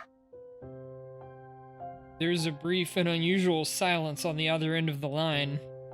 And, could you tell me more about this Burton? There's a hint of anxiety in her voice. I might have had a slip of the tongue when she confronted me earlier. How good is her memory? Fret not, Kimberly. People rarely pay attention to things that don't directly involve them. She smiles faintly. But I do look forward to seeing her again. Whew. Several days later. Office, St. Pavlov Foundation. We're just here to have a conversation, Ms. Tuesday. Relax. I found it in the wilderness. You mean the motel with arcane powers? Just to confirm, the base form of this arcane consciousness is a heart-shaped fetus, correct? Yes. It's about as intelligent as a 1-year-old human, and it lacks the ability to deliberately plan or cause the incidents in the motel. Meanwhile, it sees you as its mother, displaying remarkable trust and dependence on you. Therefore, we believe you were a major contributor to these incidents, or rather, the one who pulled the strings. You may not have acted with evil intent, but your actions have caused many residents in Chisos to suffer mental breakdowns. They were seeking some form of relief from their mental anguish, which provided the perfect opportunity for the Manus to entrench themselves so deeply in this town. Isn't that so, Miss Tuesday? Well, I've never been to that town. And even if it is, as you say, they made their choices, didn't they? I see. She scribbles down the information on her clipboard. The Timekeeper just reported another crucial piece of information to the Foundation. Were there any activities going on in the motel undertaken by the self-proclaimed followers of the Order of Enlightenment? Oh, there indeed were. They left not long ago. I still remember their faces. What did they do at the motel? They scribbled on the floor and made strange noises. Oh, I remember now. Whatever it was they were trying to do, it was a total failure. One poor girl became trapped inside their mirror. She never stopped trying to escape. The mirror would make banging noises all night long. We didn't find anyone trapped in a mirror during our search. Well, that's sad, I suppose. Her expression remains calm as always. If you knew they were from a dangerous arcanist organization, why didn't you report them to the Foundation? Why would I? She licks her lips. Fear doesn't frighten me. No, quite the contrary. It excites me. I would embrace fear any day of the week.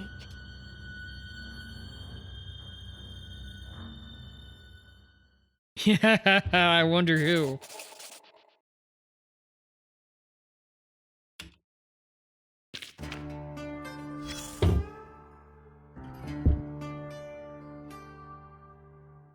Gone are the old days. Now that the Foundation staff have taken over here, it's time for the routine cleanup procedure you excel in and hate. Tuesday's Motel Incident Investigation Report excerpt. Subject of investigation: an unknown arcanum entity at the current stage identified as a living consciousness, commonly referred to as Tuesday's Motel, hereafter referred to as the Motel. Level of self-awareness: medium to low, lacking gender, age, or other cognitive attributes, but capable of responding to certain human linguistic cues. Arcane skills. Abilities include, but not limited to, influencing cognition, creating illusions, generating enclosed spaces, creating aggressive arcanum entities. Tests indicate that the subject responds to Tuesday's voice and actions approximately 60.15% of the time, and can follow certain simple commands such as defend, allow, and forbid. It is less responsive to researchers and exhibits a certain level of aggression. Tuesday denies manipulating or training the motel, claiming that their relationship is one of pure nurture or partnership. According to Tuesday, the subject was discovered in the Texas countryside, dynamic in its form and size, currently mimicking the motels along Route 77. The subject's size correlates with the amount of fear it absorbs. The subject can create tangible arcanum entities that implant illusions in affected individuals and cause real damage. Witness records show that these entities can exhibit characteristics associated with popular North American myths and legends, including but not limited to Bloody Mary, the Mothman, and Poltergeist.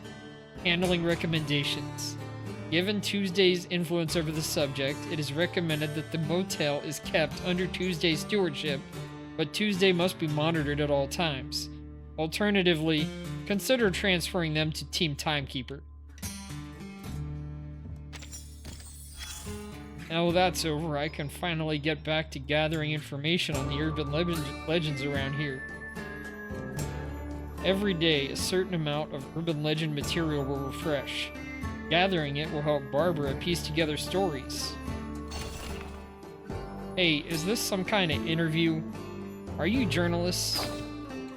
Heading all the way up from here, out of the city, trying to dig up some dirt from the Badlands. You want to hear those stories? Hey girlie, listen up. Some of those rumors are true. You ever heard about that old town where everyone had a nervous breakdown, scared out of their wits by birds, shadows, and God knows what?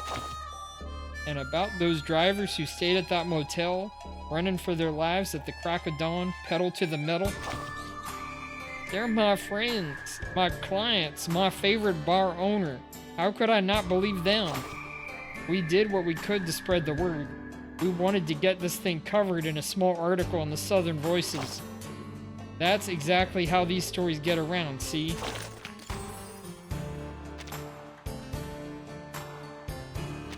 First legend? Okay.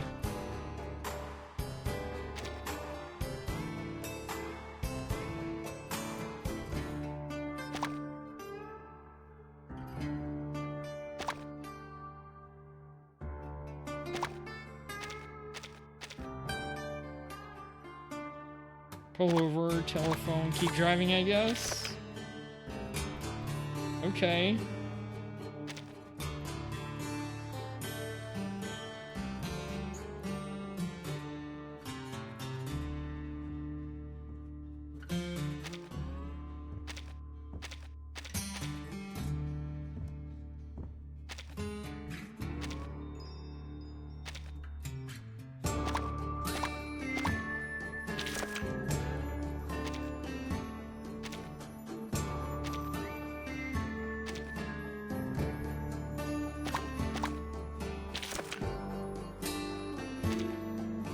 What is this?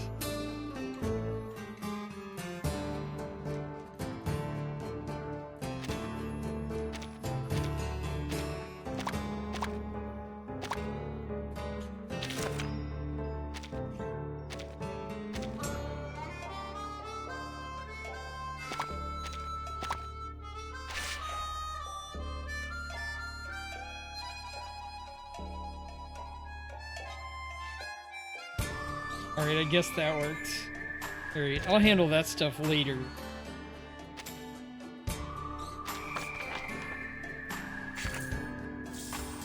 I'll handle that later. Let's see.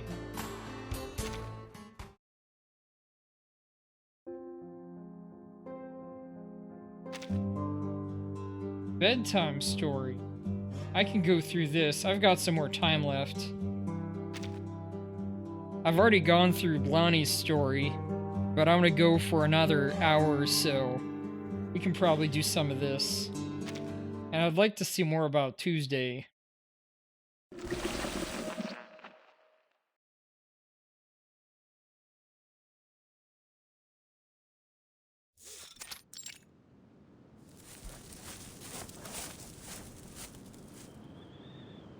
Thank you so much.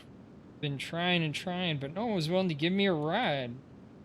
I met another lady just now, but she seemed to be in a hurry. Or maybe she was just wary of taking a stranger. Either way, it's understandable. She called me Miss Sheep, but even a sheep could be dangerous on a long, desolate road like this. The little sheep follows close behind her companion, like a cloud skirting along the ground. Miss Tuesday. That's your name, right? I think. You familiar with this area? I have a question about this path we're walking. Tuesday slows down to come side by side with Barbara. Yes. Surely am, Missy. It's a shortcut to the motel. Most prefer to follow the highway. I don't blame them for sticking to the main road. The rumors around Route 77 couldn't be more terrifying. Eerie sounds, sudden fog. Who knows what could happen on a muddy trail like this? Oh, that strange sound. I heard it on my way here. That's what scared off my driver. That explains why a child like you who was standing in the road by the road all alone. How cruel-hearted your driver is. It's dangerous out here. Even a local like me wouldn't wander the roads alone at night. The baby in her arms pushes against his swaddle. She quickly tucks it back in.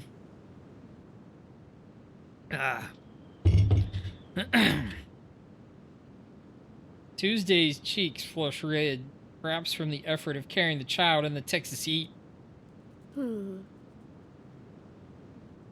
Oh, miss, I'd be more than happy to hold the baby for a little while, if you'd trust me to, that is. Sweetheart. Oh, don't you worry, dear. The little one just fell asleep. Oh, it'll make a fuss if we accidentally wake it up. And you shouldn't be worried about whether... And shouldn't you be worried about whether you can trust me? Sorry? There you are on a deserted road, and up comes a friendly stranger who offers a place for you to stay the night. I claim to be a motel maid who just happened to be passing by, but why would a maid have a baby in her arms? You've come all this way with me, Missy, and now you're worried if I can trust you? Have you heard this baby in my arms make a single sound? I could be cradling a butcher's knife, a monster, or the skull of that terrified driver, his eyes still wide with fear. Tuesday draws closer, looking Barbara in the eye. The little sheep dares not look away. Her nose gives her away. Oh, look! She raises her arm and sweeps Barbara's shoulder. Oopsie daisy. A gunshot echoes, and a flock of birds takes wing. Barbara's heart is pounding. There's dirt on your clothes. And they're such nice clothes, too. I'll clean them up for you when we get to the motel. She shakes her head apologetically. Thank you. Heh. Regretfully. I should be the one thanking you, dear. So many of my guests are running from the law or smuggling something. You're like a rose among thorns. He was just making a little joke, that's all. I didn't mean to scare you. In fact, I went to the roadside to wait for a customer, but they never came. And my baby's been fussy lately. Won't sleep unless I hold it in my arms, so I took it along with me. Anyway, we're almost there, but do be careful outside alone in the future, won't you? This way, please.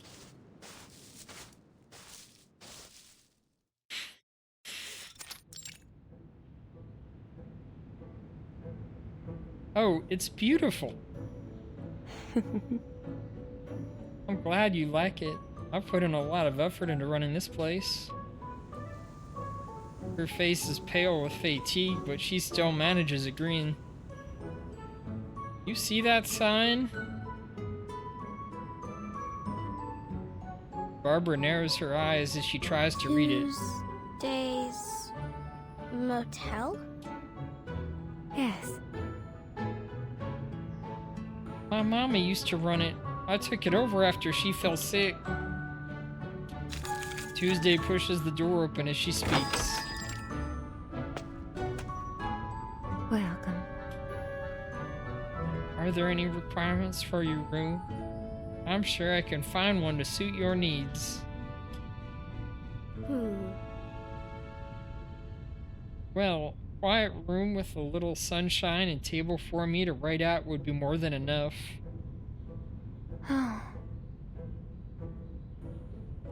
I've got just the room for you.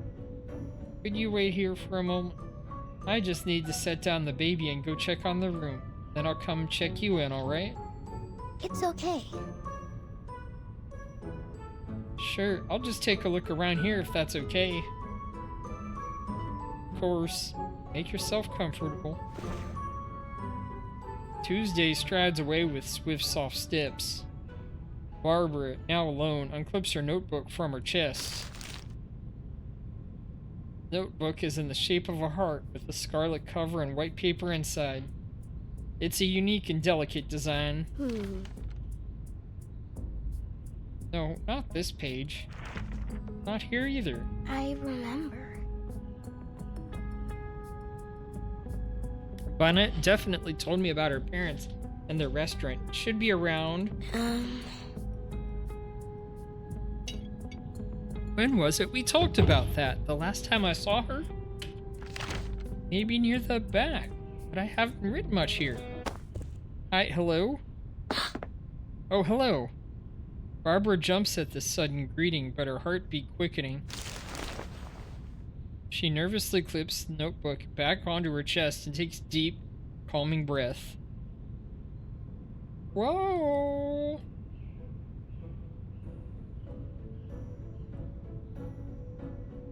This isn't the first time she's received a reaction like this. In fact, this one is rather tame. There's no need to be scared. I'm not an illusion or some kind of monster. Usually takes people a moment or two to get used to the way I look. Wow. You must be one of those Arcanus. And not just any old one either. The most special kind. If only the sheep on my farm could talk and walk like you. You just check in today. Anything I can help you with. Oh. But I've got some jobs to do first. I'll catch up with you later, alright? Oh, I'm Kayla, by the way. You can call me Barbara. Pleasure to meet you, Miss Barbara. With a basket under her arm, Kayla walks briskly out of the motel. This place must be nice to have such energetic guests. We always provide the best service, despite the limited conditions. Barbara doesn't jump this time. She's becoming used to the sudden appearances of new figures. Thank you very much, Miss Tuesday. You walk really quietly. All part of the service I provide. You sure wouldn't want me stomping around the halls at night now, would you? Anyway, your room's ready. Please follow me. You must be tired coming in so late. Why don't you drop off your bags and take a rest? You can check in later. I trust you won't jump out the window to avoid paying me, right? Actually, based on my past interviews, it's more common for a guest to kill the owner, take anything of value from the place, leave behind a messy, empty building. I think. Then the ghost of the owner haunts the motel, waiting for future guests to check in so that they can tear them apart. At least that's how the stories go. She just laughs at it. Now, aren't you a hoot? Talking of ghost stories in such a serious manner.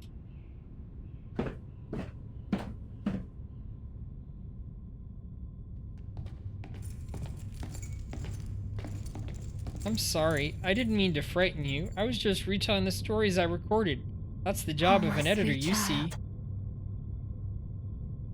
Don't you worry, Missy. I love these kinds of stories.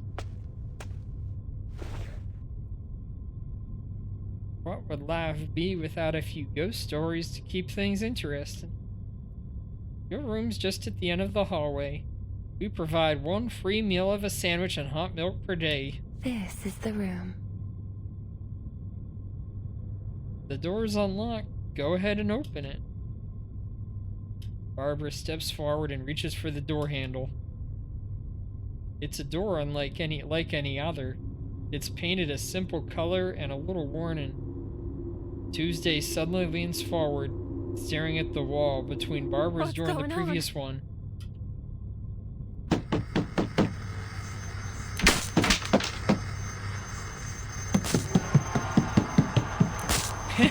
Wow.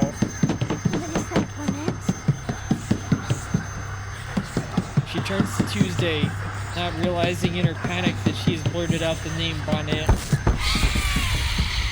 How did they not notice it before? Right there before Tuesday stands a crimson door. Barbara moves closer to Tuesday, reaching to pull her away from it. Stay away from that door. Wait.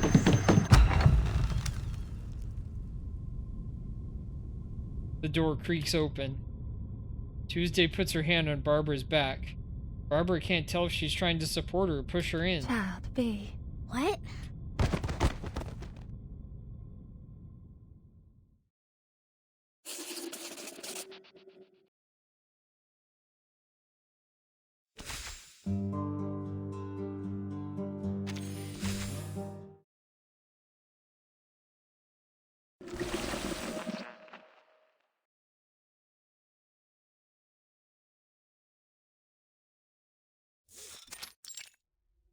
Red Room, Tuesday's motel.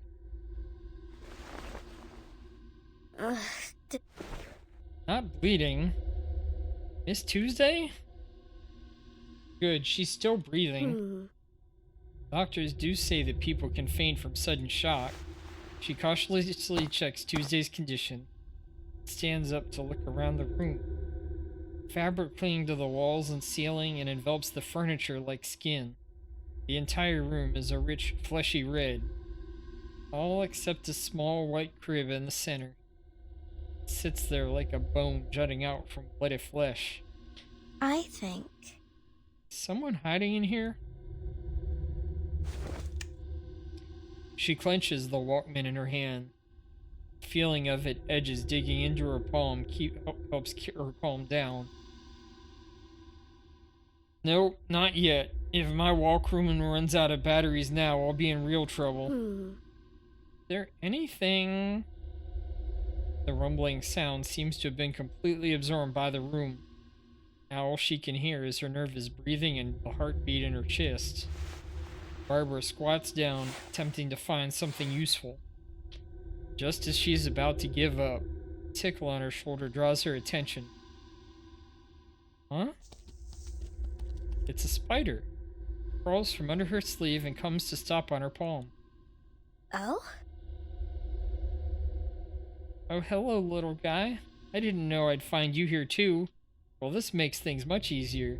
Can you do me a favor and have a look over there? Politely, okay? Don't want to get spotted. She holds her breath as she waits for the spider to reach the crib. Climbs up the crib and disappears into the fabric. Oh.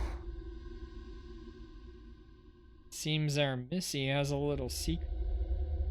Barbara is so focused on the spider that she doesn't seem to notice Tuesday has opened her eyes. The classic story of the ghost mother should be horrifying enough. Could it be that? The spider hangs down at the edge of the crib, swinging from its web. Neither one notices that Tuesday has closed her eyes again. Fine. I see. I guess this place is safe for now. The spider crawls into the corner of the room. Barbara makes to follow it. Oh? You're awake. Do you know that? Mama, please. Mama? Did you know that this hotel used to be a restaurant? Sigh. Barbara sits down next to Tuesday and gently tucks her hair behind her ear. Tuesday murmurs, seemingly sound asleep. Her face looks almost serene, even in the eerie scarlet room. Not so fast. Not so fast. You'll get dirt on your clothes. It's okay. We're in a hurry. A little dirt is the least of our worries. As soon as this interview's over, we need to follow the wind to a safe place. I wish Utu would find a stable shelter so we don't have to change locations all the time. I always hear people moaning about losing precious documents during the move. Haha, at least they didn't lose themselves. I was hoping to take you to my parents' restaurant, since it's so rare that we're here in Texas. But since we're in a rush, we can go next time. Although, will there be a next time? What's wrong? It's nothing special, just a regular family restaurant. Don't tell me you've got caught up in those fancy places that Utu foxes always go to? You know I'm not. Barbara tilts her head as she tries to capture every detail in the wind.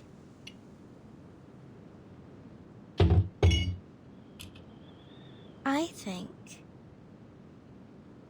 I'll take another half day for the wind's trajectory to become clear. Is that enough time for us to have a meal? Still a little rushed. I'll make sure we have enough time to enjoy a dinner together next time. I lost you to a place where the wind can't go until today.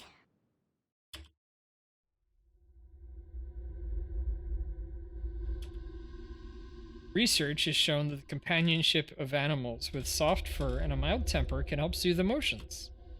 The current situation further proves this statement. In the company of the little lamb, Tuesday's breathing gradually slows down. Are you reliving lost memories in your dreams? Or is it just a coincidence?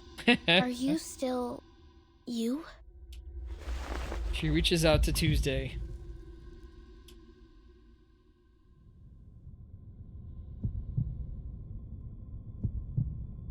Sheep are often considered the symbol of good sleep. They can lull people to slumber and bring them good dreams.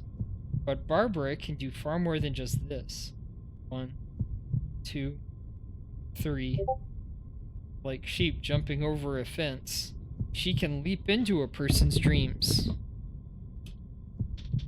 She and her sheep mother used to frolic together in each other's dreams. You see, this power runs in her blood. She used this power to learn more about her human mother and won herself a job as an Utu editor. And now she's using it to find her long-lost friend.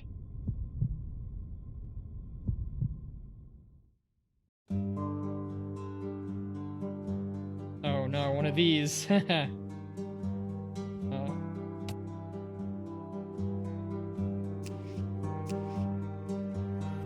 did it. I'm in Tuesday's dream. Eat or a dream must be up ahead. I'd better go have a look.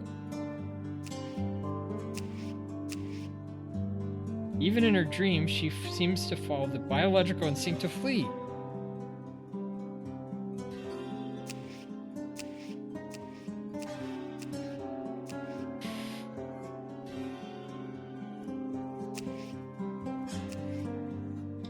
This won't do at all. I need to look around for something that can help with this.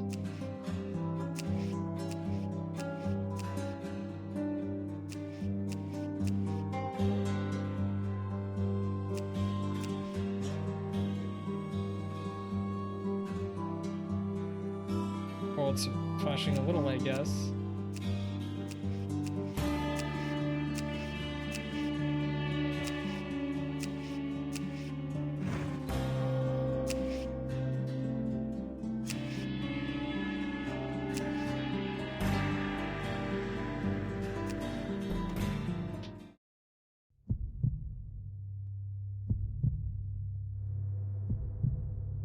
Still in the motel.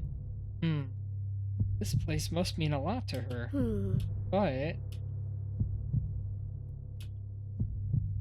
she stops at the figure kneeling before her. It takes a few seconds for her to recognize its face. It's Tuesday. She's slumped on the floor, cold and breathless.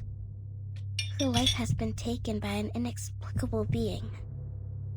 A typical horror story scene. I think. Judging from the direction she's facing, she was trying to leave the room to get help. Clearly she failed. Every door in the hallway is tightly shut, and they all look exactly the same. There is no sign of the crimson velvet door.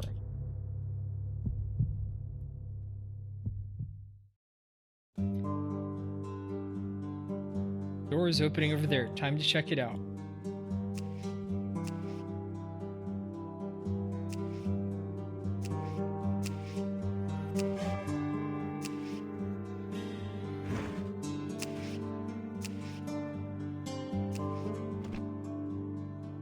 Alright, I just need to catch one more.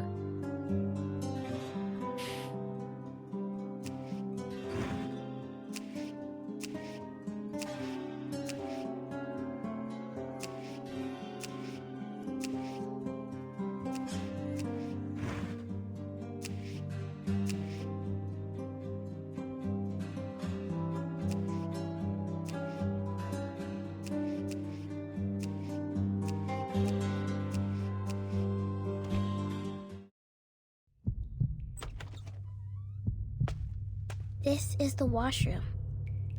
There are ghosts in the mirrors and weeping shadows lurking in the corners. When you turn on the tap, blood pours out. Classic crime scene. The washroom is the most common place for motel victims to be killed. Maybe she came here trying to fix a uniform? Or she was checking on a guest complaint? Either way, it didn't end well. She carefully steps over the body on the ground and returns to the hallway. Time to go to the motel entrance. Horror stories always start the moment you step into that place. On her way down the stairs, she hears the sound of a door closing. It's quiet, but her ears are sensitive. She makes her way to the source of the sound. Is it the red door again?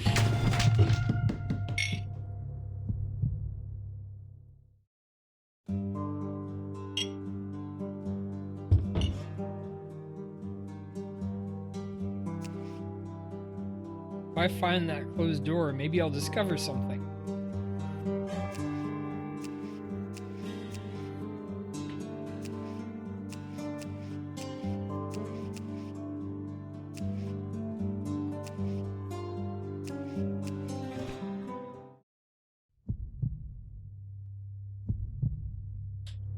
This is the door. Hello? Anyone in there? No answer. She peers through the keyhole. Empty. There doesn't seem to be any place that someone could hide either. Unless they're just out of her sight. Plus, low against the door, nothing but a thin piece of wood between them. She changes her angle, getting on her tiptoes to try and get a better view of the room.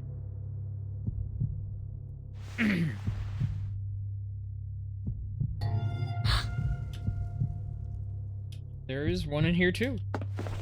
She stumbles backward and her eyes fall upon the shadowy stairwell to her right. The steps disappear into total darkness. Barbara shudders. Will Tuesday be waiting in the shadows or at the front desk? What's hiding in the silent darkness? It's just a dream.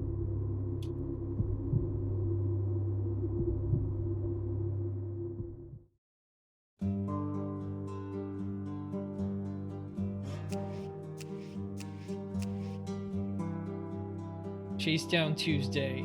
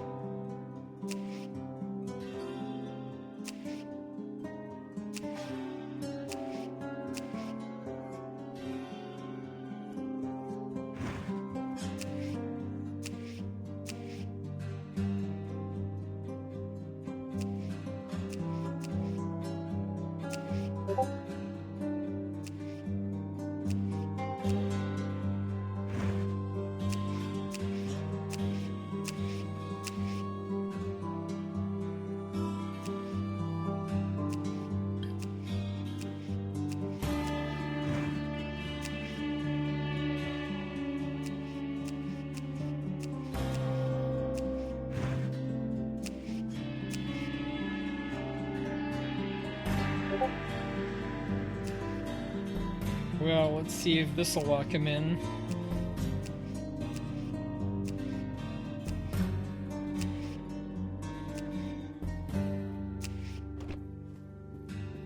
One left.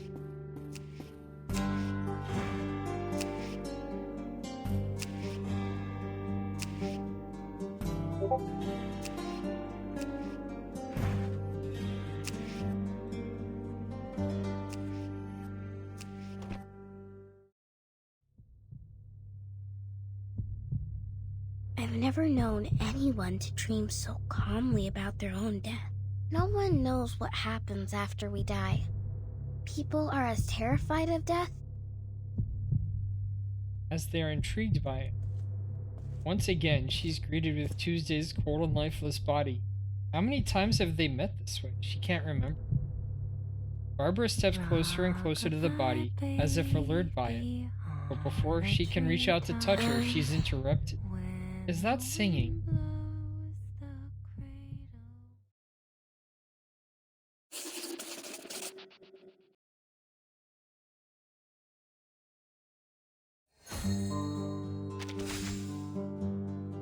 Lullaby.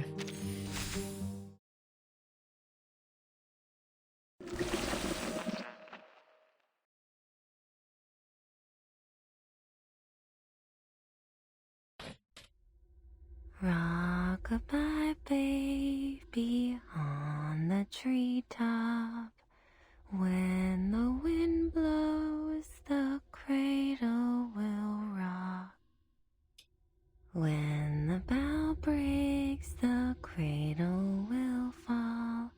And down will come baby, cradle and all. Song she chose. Oh, you're awake, my sweet child. I'm terribly sorry about all this. Are you alright? I'm okay. She struggles to sit up from Tuesday's lap. Realizing her headphones are no longer in her ears, she hastily puts them back in. Only when the familiar country music plays does the itch in her throat begin to soothe. When did you wake up? What happened in this room? Do you know a girl named Bonnet? My. You're like a little question machine up and running again. Bonnet. A very sweet name, but it doesn't ring a bell. As for the room, what could happen in such a safe and quiet place? You can go ahead and rest here until you're fully recovered. And though I must apologize, there's no desk here. After all, we're just a small motel in the country. Our facilities are rather limited. And I need to apologize for the coming accusation. What you're doing to me now is called false imprisonment. I took good care of you. You passed out and made sure you had sweet dreams. How could you accuse me of something like that? Tuesday lowers her head to fix the hem of her skirt. It seems to be a habitual action. That was a nightmare, not a dream. All the more reason to get some proper rest, don't you think? In fact, I envy children like you. I never dream, you see. Wasn't that your dream? Tuesday doesn't answer her muttered words.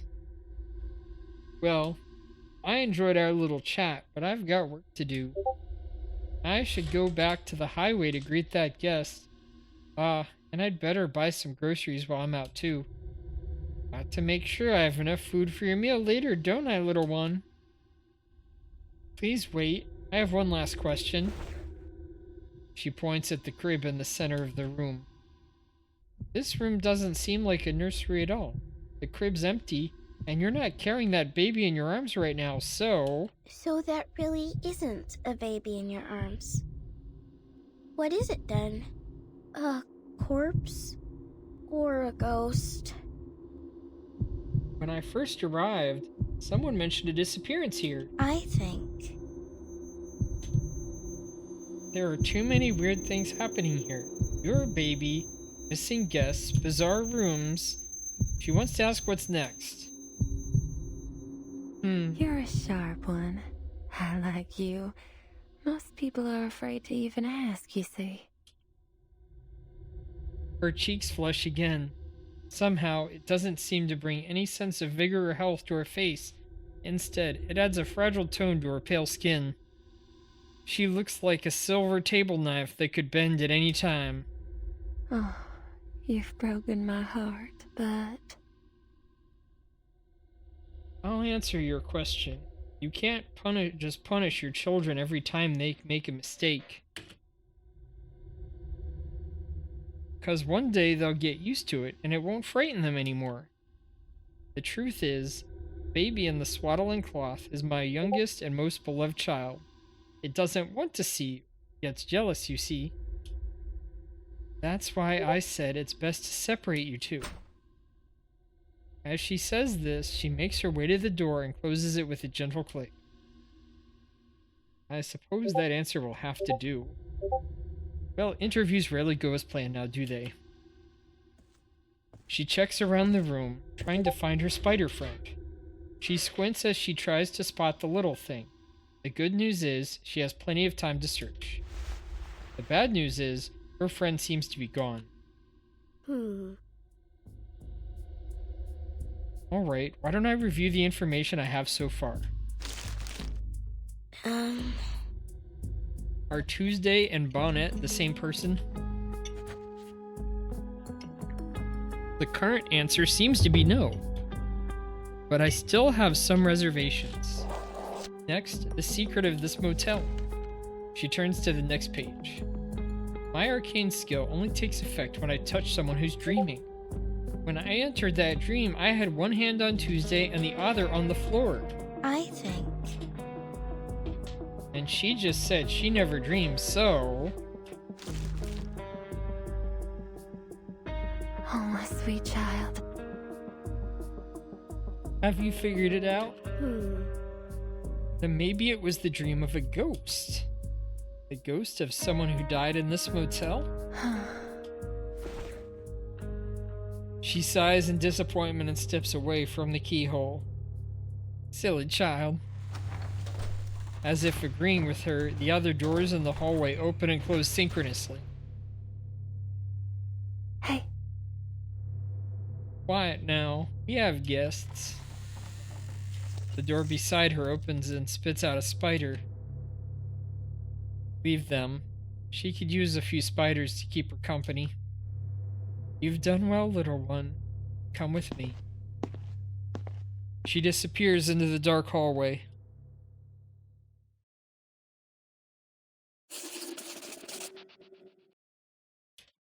To be continued.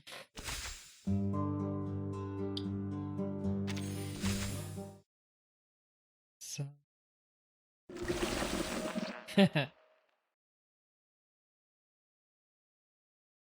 Guess it's the right time of year. So our sweet, silly little sheep girl still couldn't figure out what was going on. It's far more interesting than a simple motel murder. The truth is, well... This is how the story started.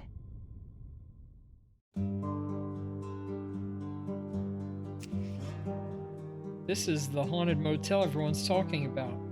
It doesn't seem all that scary. Let's take a look around.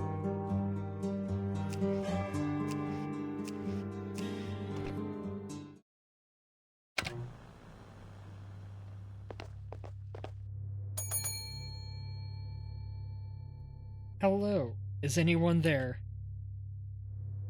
I heard you're looking for a new maid. No reply. The girl walks to the front desk. A blank application form is lying on it. Name. This should do. Tuesday. Sounds like a criminal alias, but more friendly. The name of the girl who ran away from home and broke into a haunted motel.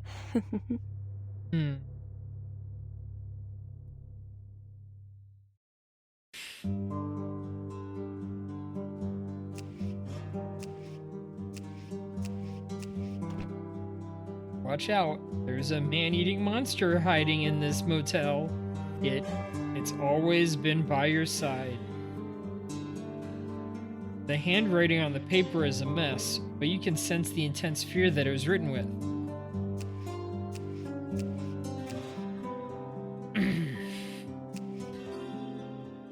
Maybe I should check the rooms. There might be someone staying here.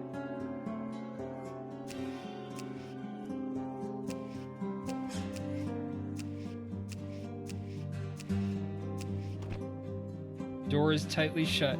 After knocking, faint laughter comes out from inside. Door is tightly shut. After knocking, faint sobbing comes out from inside. The door is tightly shut. After knocking, faint whispers come out from inside. Doors in the hallway won't open. Maybe I should check back at the front desk.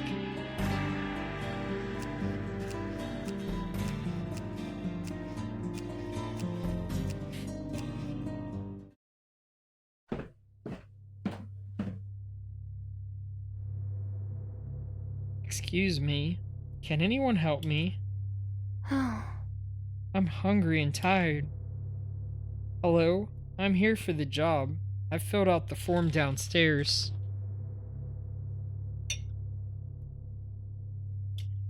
There is no sound but the echo of her own voice. She knocks on every door, but not a single one opens. Boring. A small noise grabs her attention. She looks around. Not in shock or surprise, but in a kind of curious glee.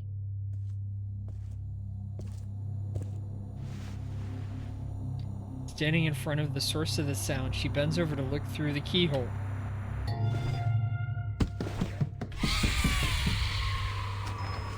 Screams pour out of the doorways and into the hallway. They quickly merge into one solid sound, rattling. Do you need something? How can I help you? My apologies for the noise. I didn't mean to inconvenience you.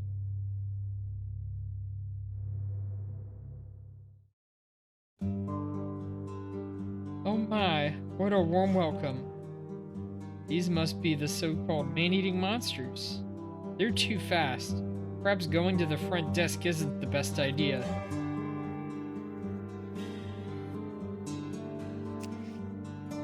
Maybe I can use these objects to block their way.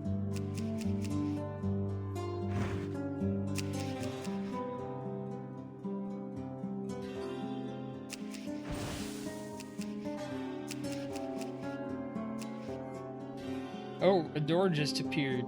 Is this a welcome ceremony or a clumsily laid trap? Art room.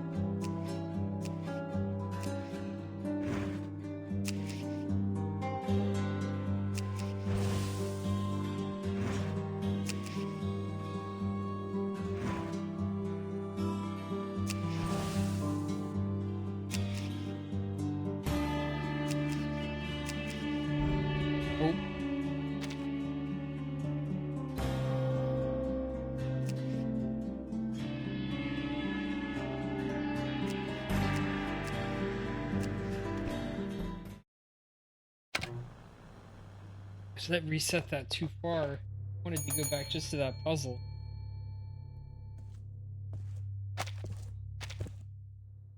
Oh, I can skip the dialogue.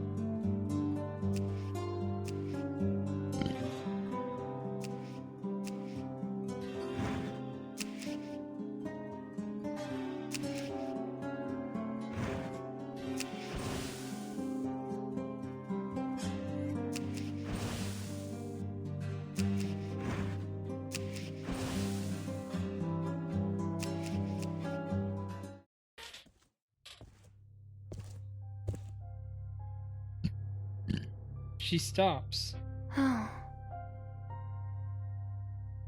Oh, how generous. There's a room for me already. A door has appeared beside her, red as a fresh cut. She opens it.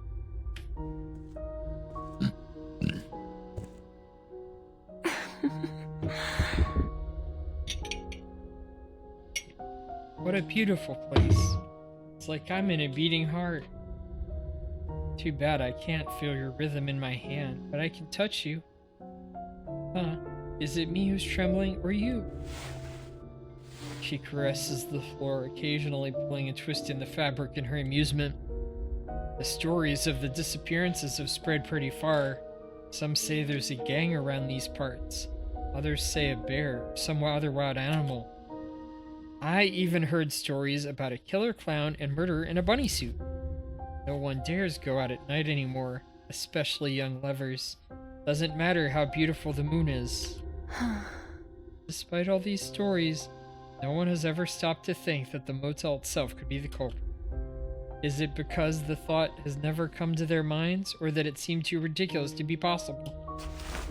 She stands up, releasing the fabric from her palm. The answer is simple. They're afraid. Just like you're afraid of me right now. Oh, my sweet child. I know exactly what fear is. You're like a child holding its breath in his room, staring wide-eyed into the darkness. He's staring at the crack beneath the door. The light from the hallway always shone there, but now it's gone, dark. What's blocking it? Who's out there? The wall and floor press tightly against one another, producing a sound akin to grinding teeth. Daddy?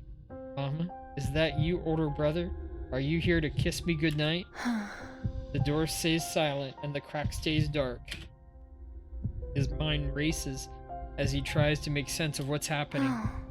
Maybe it's a rat or a kitty that hopped in through the hallway window.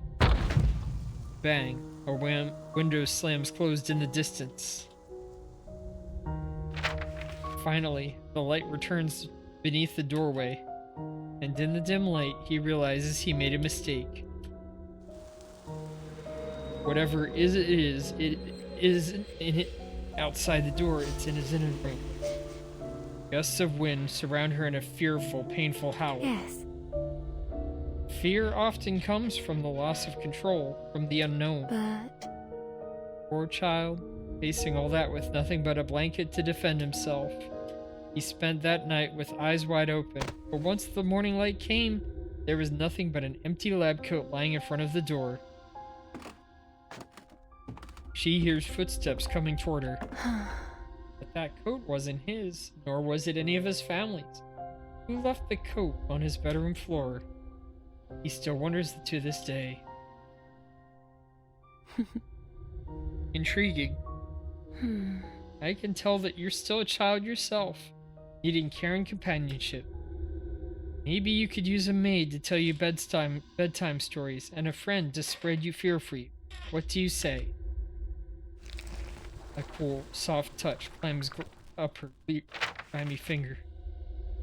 With a few tweaks, the story could be quite different. The child comes home late, enters his room, and before he can turn on the light, feels two eyes staring at him through the darkness. Both are terrified. Neither one dares look away. Their two worlds have somehow collided. She recognizes what's gripping her pinky finger as a child's hand.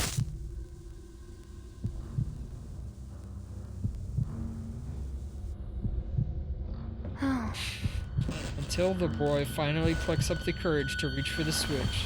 Holding his breath, he pushes down to see his exact face. See, this is the time the fear comes from the known, the doubt of oneself. Or at least something disguised as oneself. The little hand lets go of her pinky. She hears the footsteps hurry away and disappear into the other side of the room.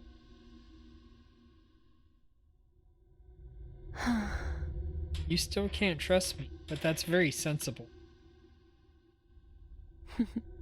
You shouldn't easily trust someone, especially when they're too similar to you. But I'll stay here and tell you everything I've learned from the outside world. She spins one story after another, like a patient mother soothing a naughty child. A knock on the door interrupts her. Oh, who could that be? She opens up the door. So long. Can I help you? The grunt lady in front of her doesn't answer. Instead, she starts to unbutton the maid uniform she's wearing. Soon the dress is off. She neatly folds it and puts it next to the door. Without a word, she turns around and leaves. Well, well, well. The windows of the entire motel creak open and closed, and the sound of rustling and scratching emanates from within its walls.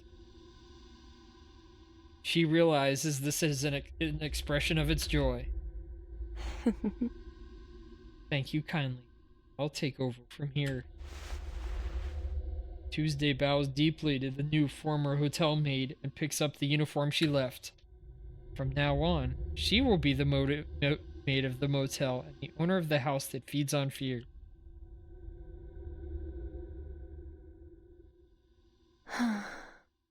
Does the story end there? Oh no. After all, this motel is far older than I am. It has its own wisdom. It approved of me, but it didn't fully trust me yet. Be patient, dear. Time will come. Lucky for you, the time is now. Look.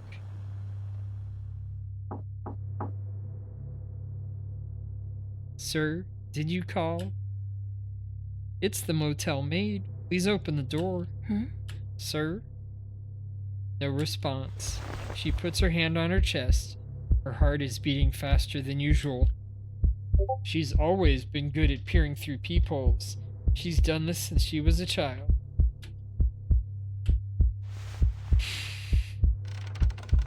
The weight of her body makes the door groan and creak. There's a faint scraping sound coming from behind it.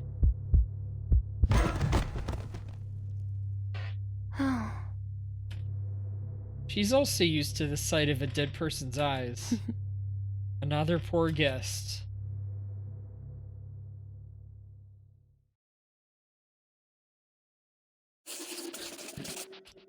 To be continued.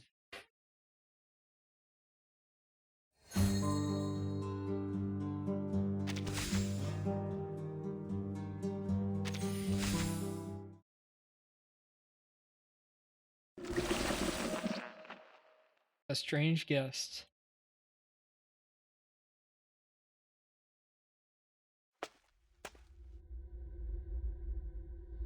How many times have I told you not to eat things off the floor?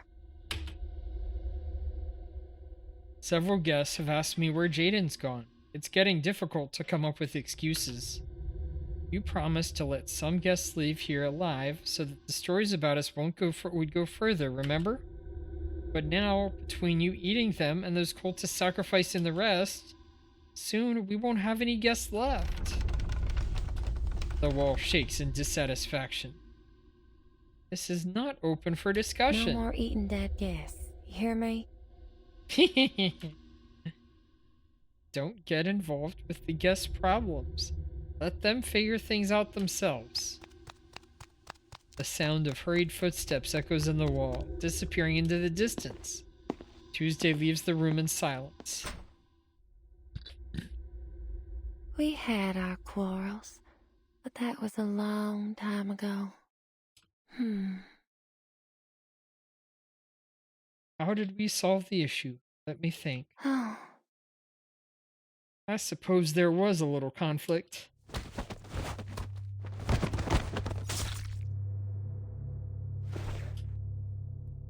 Miss Tuesday.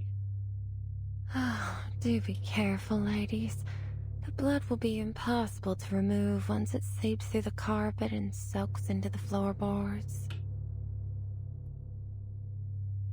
But don't worry yourselves. I'm the maid. It's my job to clean these kinds of things. I suppose I'm feeling chatty today. My apologies for bothering you. Actually, I wanted to thank you for cleaning up after us and giving us a place to stay. Tuesday steps over the body lying on the ground, as if it were a fallen branch rather than a dead person. She sees the fleeting look of fear in the woman's face and smiles. This is her first reward of the day. But something else catches her eye.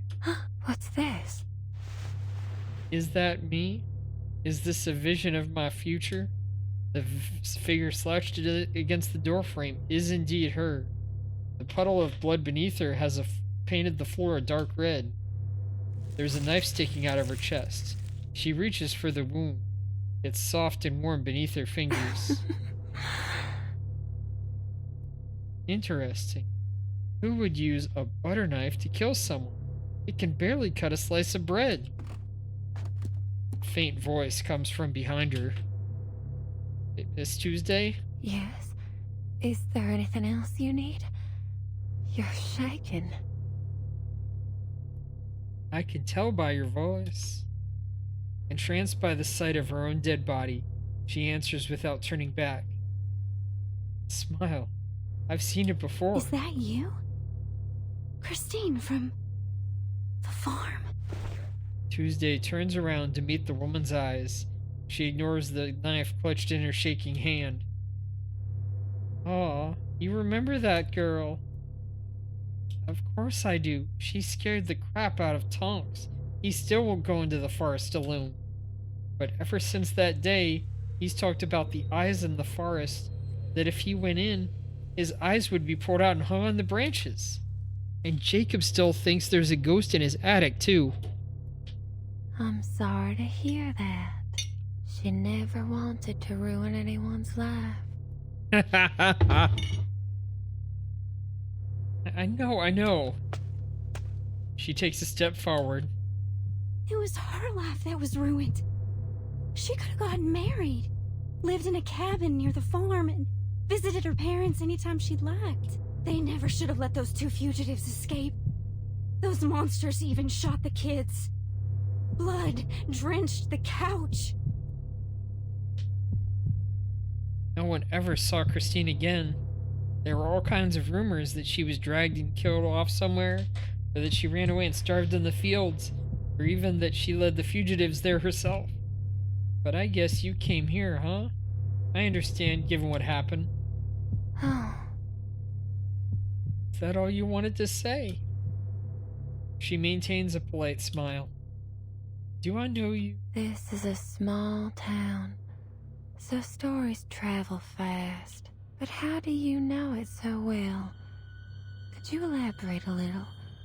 about the blood-soaked couch, the cup of coffee on the table that was so turbid that it was almost unrecognizable, and the broken nails dug into the floorboards. Where did you see all these? I saw it through the slit in the lock. It was terrifying. I couldn't help but imagine if I were the victim. Her cheeks flushed red. You don't remember me? We were friends. We lived in the same town. I was there when you told us the story about the eyes in the forest. Her voice shakes together with the knife she's holding. We played together, had fun together. You were the bravest of us all. What are you doing here? Trying to avenge your family or something? Look! Be careful. Something's wrong with this house. Every night, I saw Jaden's eyes near the bed. In the dark corners. In the wall. His face torn apart and smeared on the wall. His mouth mumbling about the murder on the farm. That reminds me. You look just like poor Christine. It's okay, Christine. Don't hurt me. I can introduce you to them, and they will bless you. You can be one of us. You can be enlightened. You must be terrified by the nightmare. Should I walk you around? Perhaps that'll make you better. Don't! Stay away! Please! I can share their ritual with you. I'll keep the secret for you. I remember Jaden recognized you here and disappeared shortly after. And those rumors, it can't be a coincidence. Your whole family being killed when you just happened to be out. It's a crying shame that I did. Oh, I won't do anything to you now. I can't make any promises about later. So run, Missy. Run away while you still can. Step by step, Tuesday walks toward the quivering knife until its tip is pressed against her. Ah! As fear overtakes her, she drops the knife and runs down the stairs. Tuesday sighs, bending over to pick it up.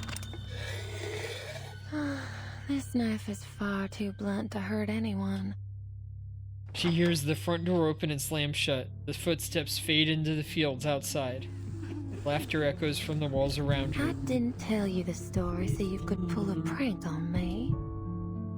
Nor use them to drive away useful guests. She feels the floor shaking as if a child running on the ceiling downstairs. Even if you scare all those cultists away, my mind won't change. So stop eating and killing them, okay? It's not funny. And please, stop trying. Try making up a better story next time. Alright, you can do whatever you want with this body, but this is the last time, understand? There will be no next time. A door slams shut behind her. She ignores the motel's bad temper, putting the knife away and fixing her hem as if nothing has happened. Then she steps over her own body.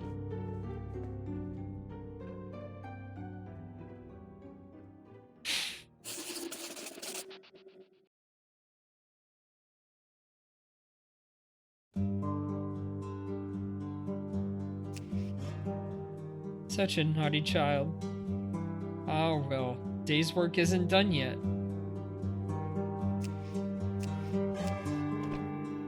The door is tightly shut. From behind comes the faint sound of chewing. Didn't think this illusion would scare me. How cute.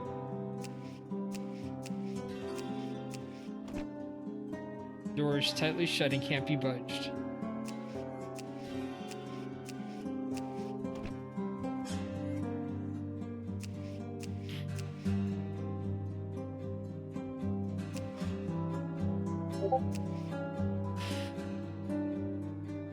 This one of your new pranks, how dull.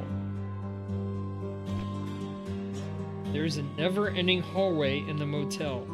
If you accidentally find yourself in it, be sure to follow these rules. Pay attention to any unusual things in the corridor, including changes in decor or doors that suddenly appear or open. If you notice anything abnormal, immediately turn back. If nothing seems out of place, proceed. Rumor has it that people who enter this corridor are never seen again. Where did they go? No one knows. Chewing.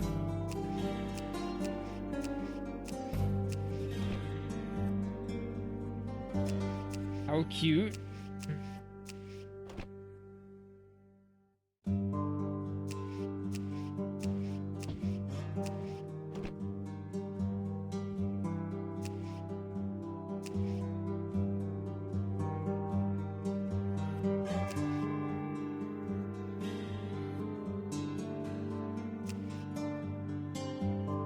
Hotel corridor.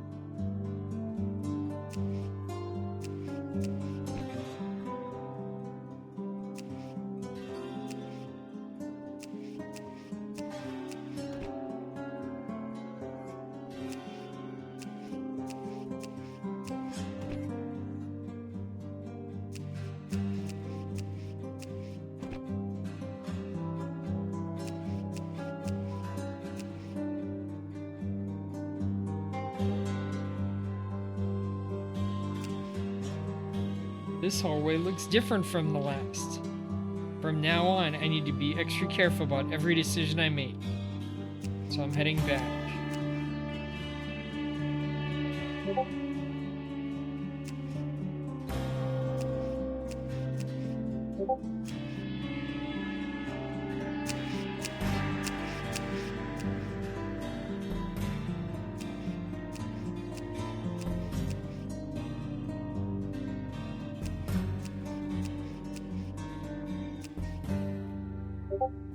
Leave the motel corridor.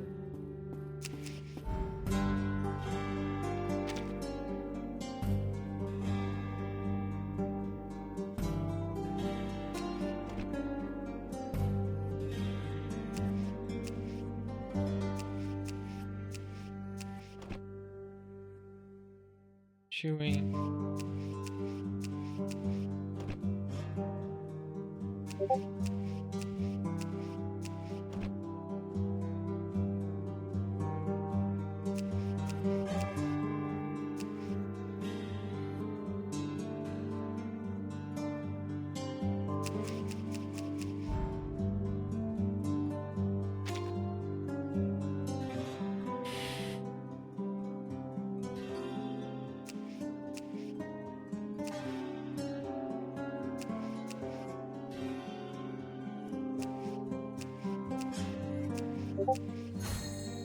Oh.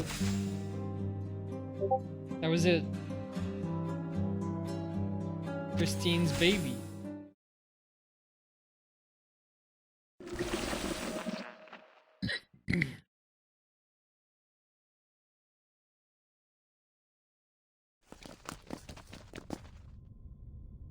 And then?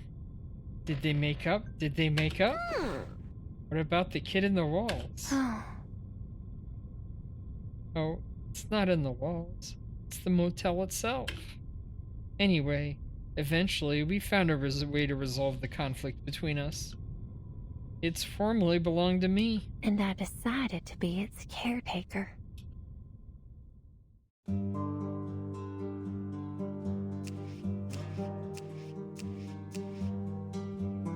The naughty child won't stop chasing me, and this place is just too spacious.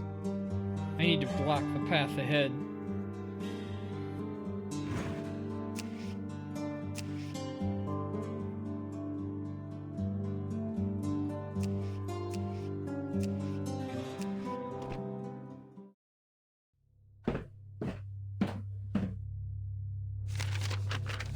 I once found a notebook left by the previous owner. She got lost, wandered in here thinking it was just a haunted house. Poor girl had nowhere to go, so she decided to stay. Do not enter doors that appear from nowhere. Do not reply to the voices, they aren't real. Do not answer late night room service calls. There are more rules like this. She wrote them all down, as if living in this motel was some kind of game. Oh, Did she Did really? she really believe that following these rules would keep her safe?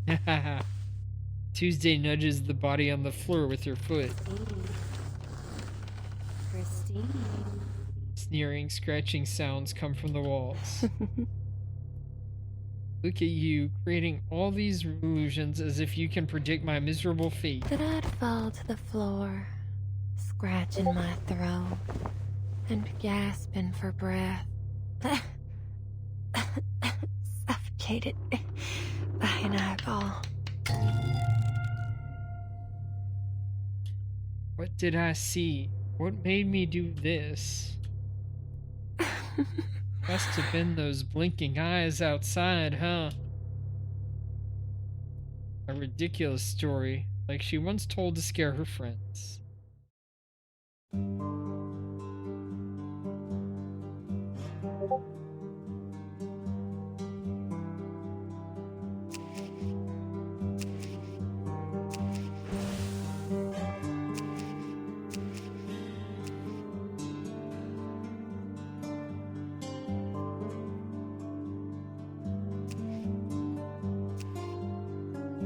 These cabinets seem sturdy. They won't break easily. I should make use of them too.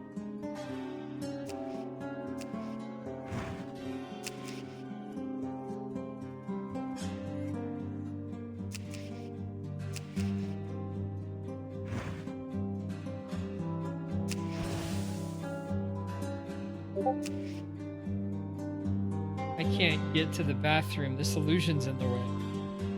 If I find another illusion, it should reveal a new path.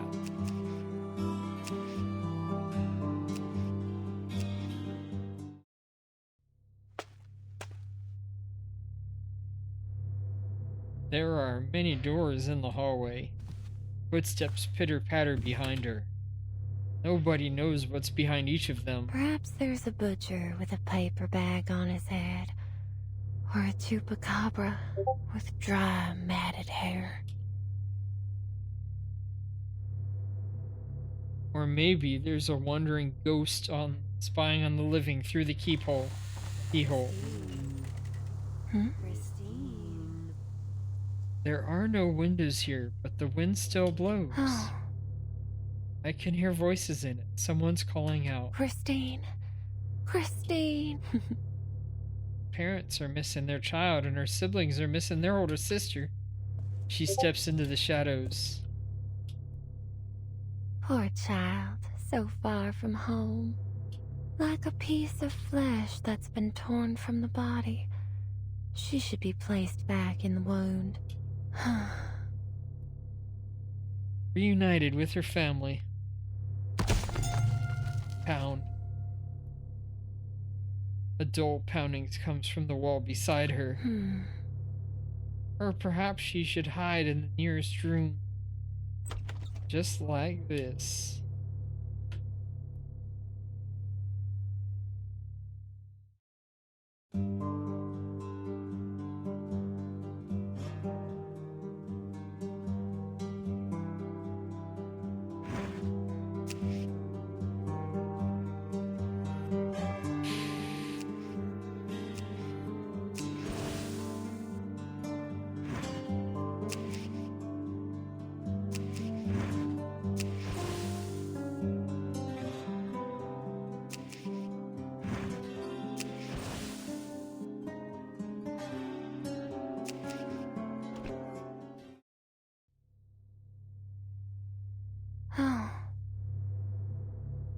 No, that's not it. This room is far too small to hide in, and my pursuer is everywhere. Pound. That's a loud one. What should I do? Hide under the bed or make a run for it? Things won't end well if I stay here. Look. She studies her own twisted face in the mirror. I hope I'll never make that face. Alright, think Tuesday. Oh, maybe the bathroom's a safer place. The walls there are thicker, and it doesn't like water. The vase on the cupboard falls to the floor and shatters. It's here, in this room with me. Luckily, there's a public washroom outside. I'd better leave it there. This disobedient child has to learn a lesson.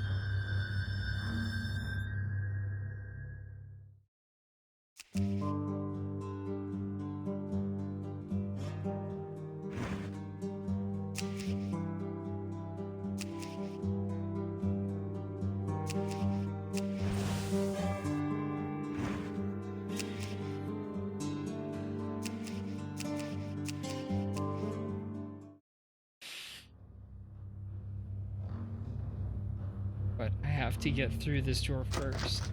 The doorknob won't turn. No matter what she tries, it won't budge. Haha! Laughter rings in the room. Who shut the door? She bends down to look through the keyhole. Just as expected. Maybe I didn't make Don't myself eat off clear. the floor. And certainly don't spit them out again.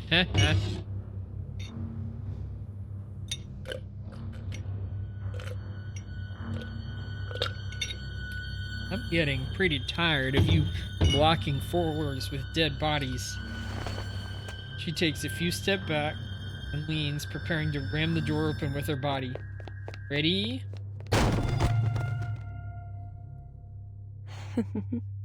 My apologies, Mr. Jaden. Curiosity killed the cat. Maybe you should quit staring through our keyholes. The destination is at the end of the hallway. All she has to do is run and keep running.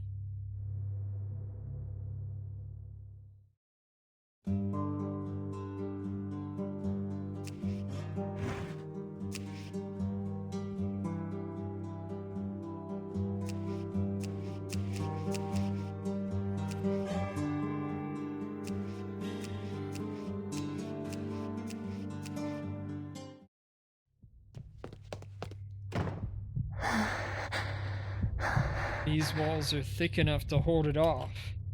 But this door could be easily broken, and I don't have time to barricade it. What else do we have here? A mirror. Everyone knows you should look into the mirror in a horror story. How about shattering it? She might be able to use a shard to defend herself, but she also might hurt herself in the process. Then she recalls that handy little thing. Christine. She turns around to face the door. This is the obvious weak point. It's most likely to break in through here. Watch your feet and stand firm. You don't want to fall like that vase. What a mess that would be. Her heart pounds in her chest. It's beating at a familiar place, like when she looked down at the farm from the hill and saw the townsfolk panicking after another bloody murder. Is this the thrill of escaping death? No, it's more than that.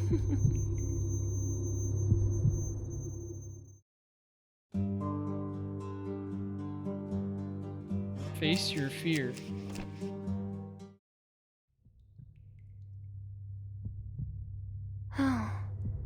The townsfolk were compelled by their curiosity, but even so, they didn't dare look at your bodies. Daddy, Mama, my younger brother, and my dear little sister. You've no idea how quickly people crumble in the face of fear. She clings to the tool with her clammy hands. It's a silver table knife, the kind that can bend easily.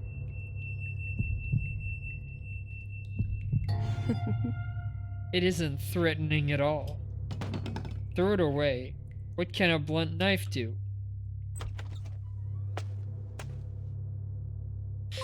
Alright, we've got a raid. We are once again almost done. But I'm doing another reverse 1999 stream. This is the same game that I was telling our friend Ailey about a night or two ago. Basically, this particular story in this game is like a haunted hotel story. People stop at the hotel and they get locked in. By the way, I am Walter Snacklefox. I am a Foxboy VTuber. I fought food zombies back in the day, and as a reward, they gave me this cute VTuber model. And I have been just finishing up this reverse 1999 stream This is our second stream of the week, or second stream total for this game, this patch, and it is a lot of fun. This game lately has been doing a lot of like 90s themed stories, weird 90s, like this one's obviously like, or not 90s, probably even more like 80s. This one's obviously like haunted stuff, but the previous one was like a teen action movie, bikers, knives, stuff like that, something out of like West Side Story. And this girl right here is wild if you like horror. I got her, but she's almost a villain. Here's a warning. I guess you get to see the end of it. It protects us from danger. Our fear of fire protects us from getting burned. Our fear of heights stops us from falling. Most of the time, fear comes from our imagination. Countless unknowns and endless possibilities swim around in there. Now, normally, this game is like fully voice acted, but in this section, this special like Footsteps are those echoing behind me. This special side story had like less voice acting than normal. So they just like voice like parts of lines sometimes. Surrender. Succumbing to fiction, to imagination. She repeats the name, Christine. Christine herself is a tiny silver knife, thin, delicate, and quiet, but sharper than anything. Others is defying your fear. Oh, what a sweet How was your stream, by the way, Zeus? What were you doing? Undefeatable. Let me see if I can give you the old SO.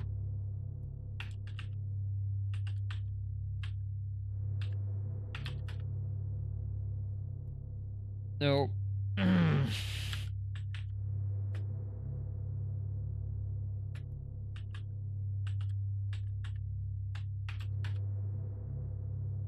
I don't remember how to do shoutouts. I thought it was exclamation point. There it is.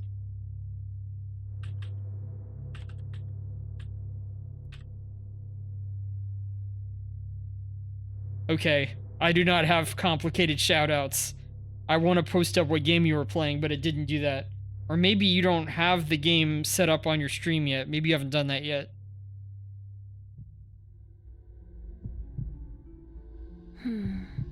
I forgive you because you need me. I'm made to tell you bedtime stories and a friend to spread fear. You need a mother. A mother to teach you, raise you, and also scold you when necessary. A person who will teach you how to properly play with fear. Someone who will keep you from fire and water and all the rest of life's dangers. So what game were you playing? I'm sure you've realized by now that your little tricks don't work on me. She touches the floor and feels the beating pulse of the motel. Fear comes from the unknown, so I need you to take a visible form. Then I can keep my eye on you at all times. So... I wish you were small enough for me to cradle you in my arms. A small bundle of swaddling cloth appears on the floor in front of her. She picks it up. See? Fear isn't so scary. Good child. Good.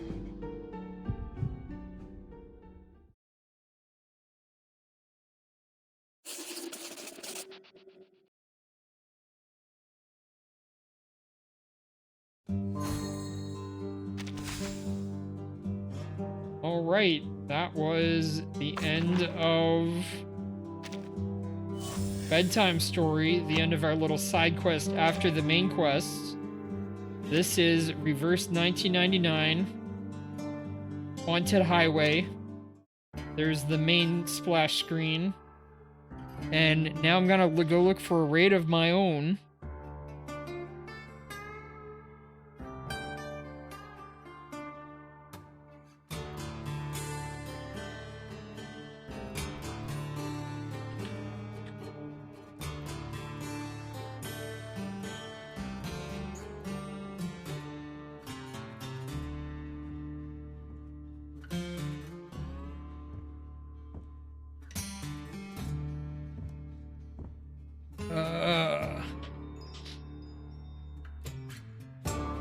Lady Weaver.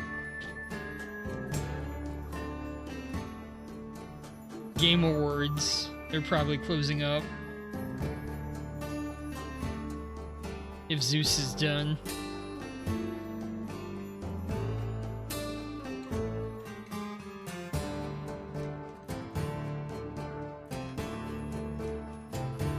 Oh, let's...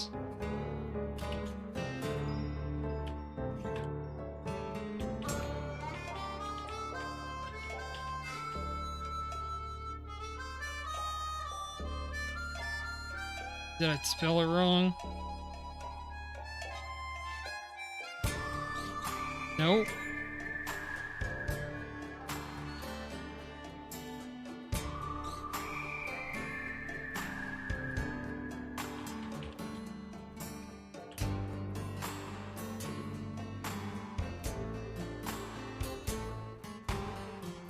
Didn't give me an error.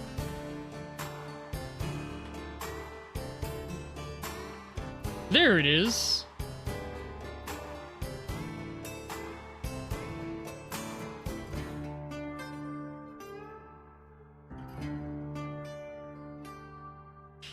All right.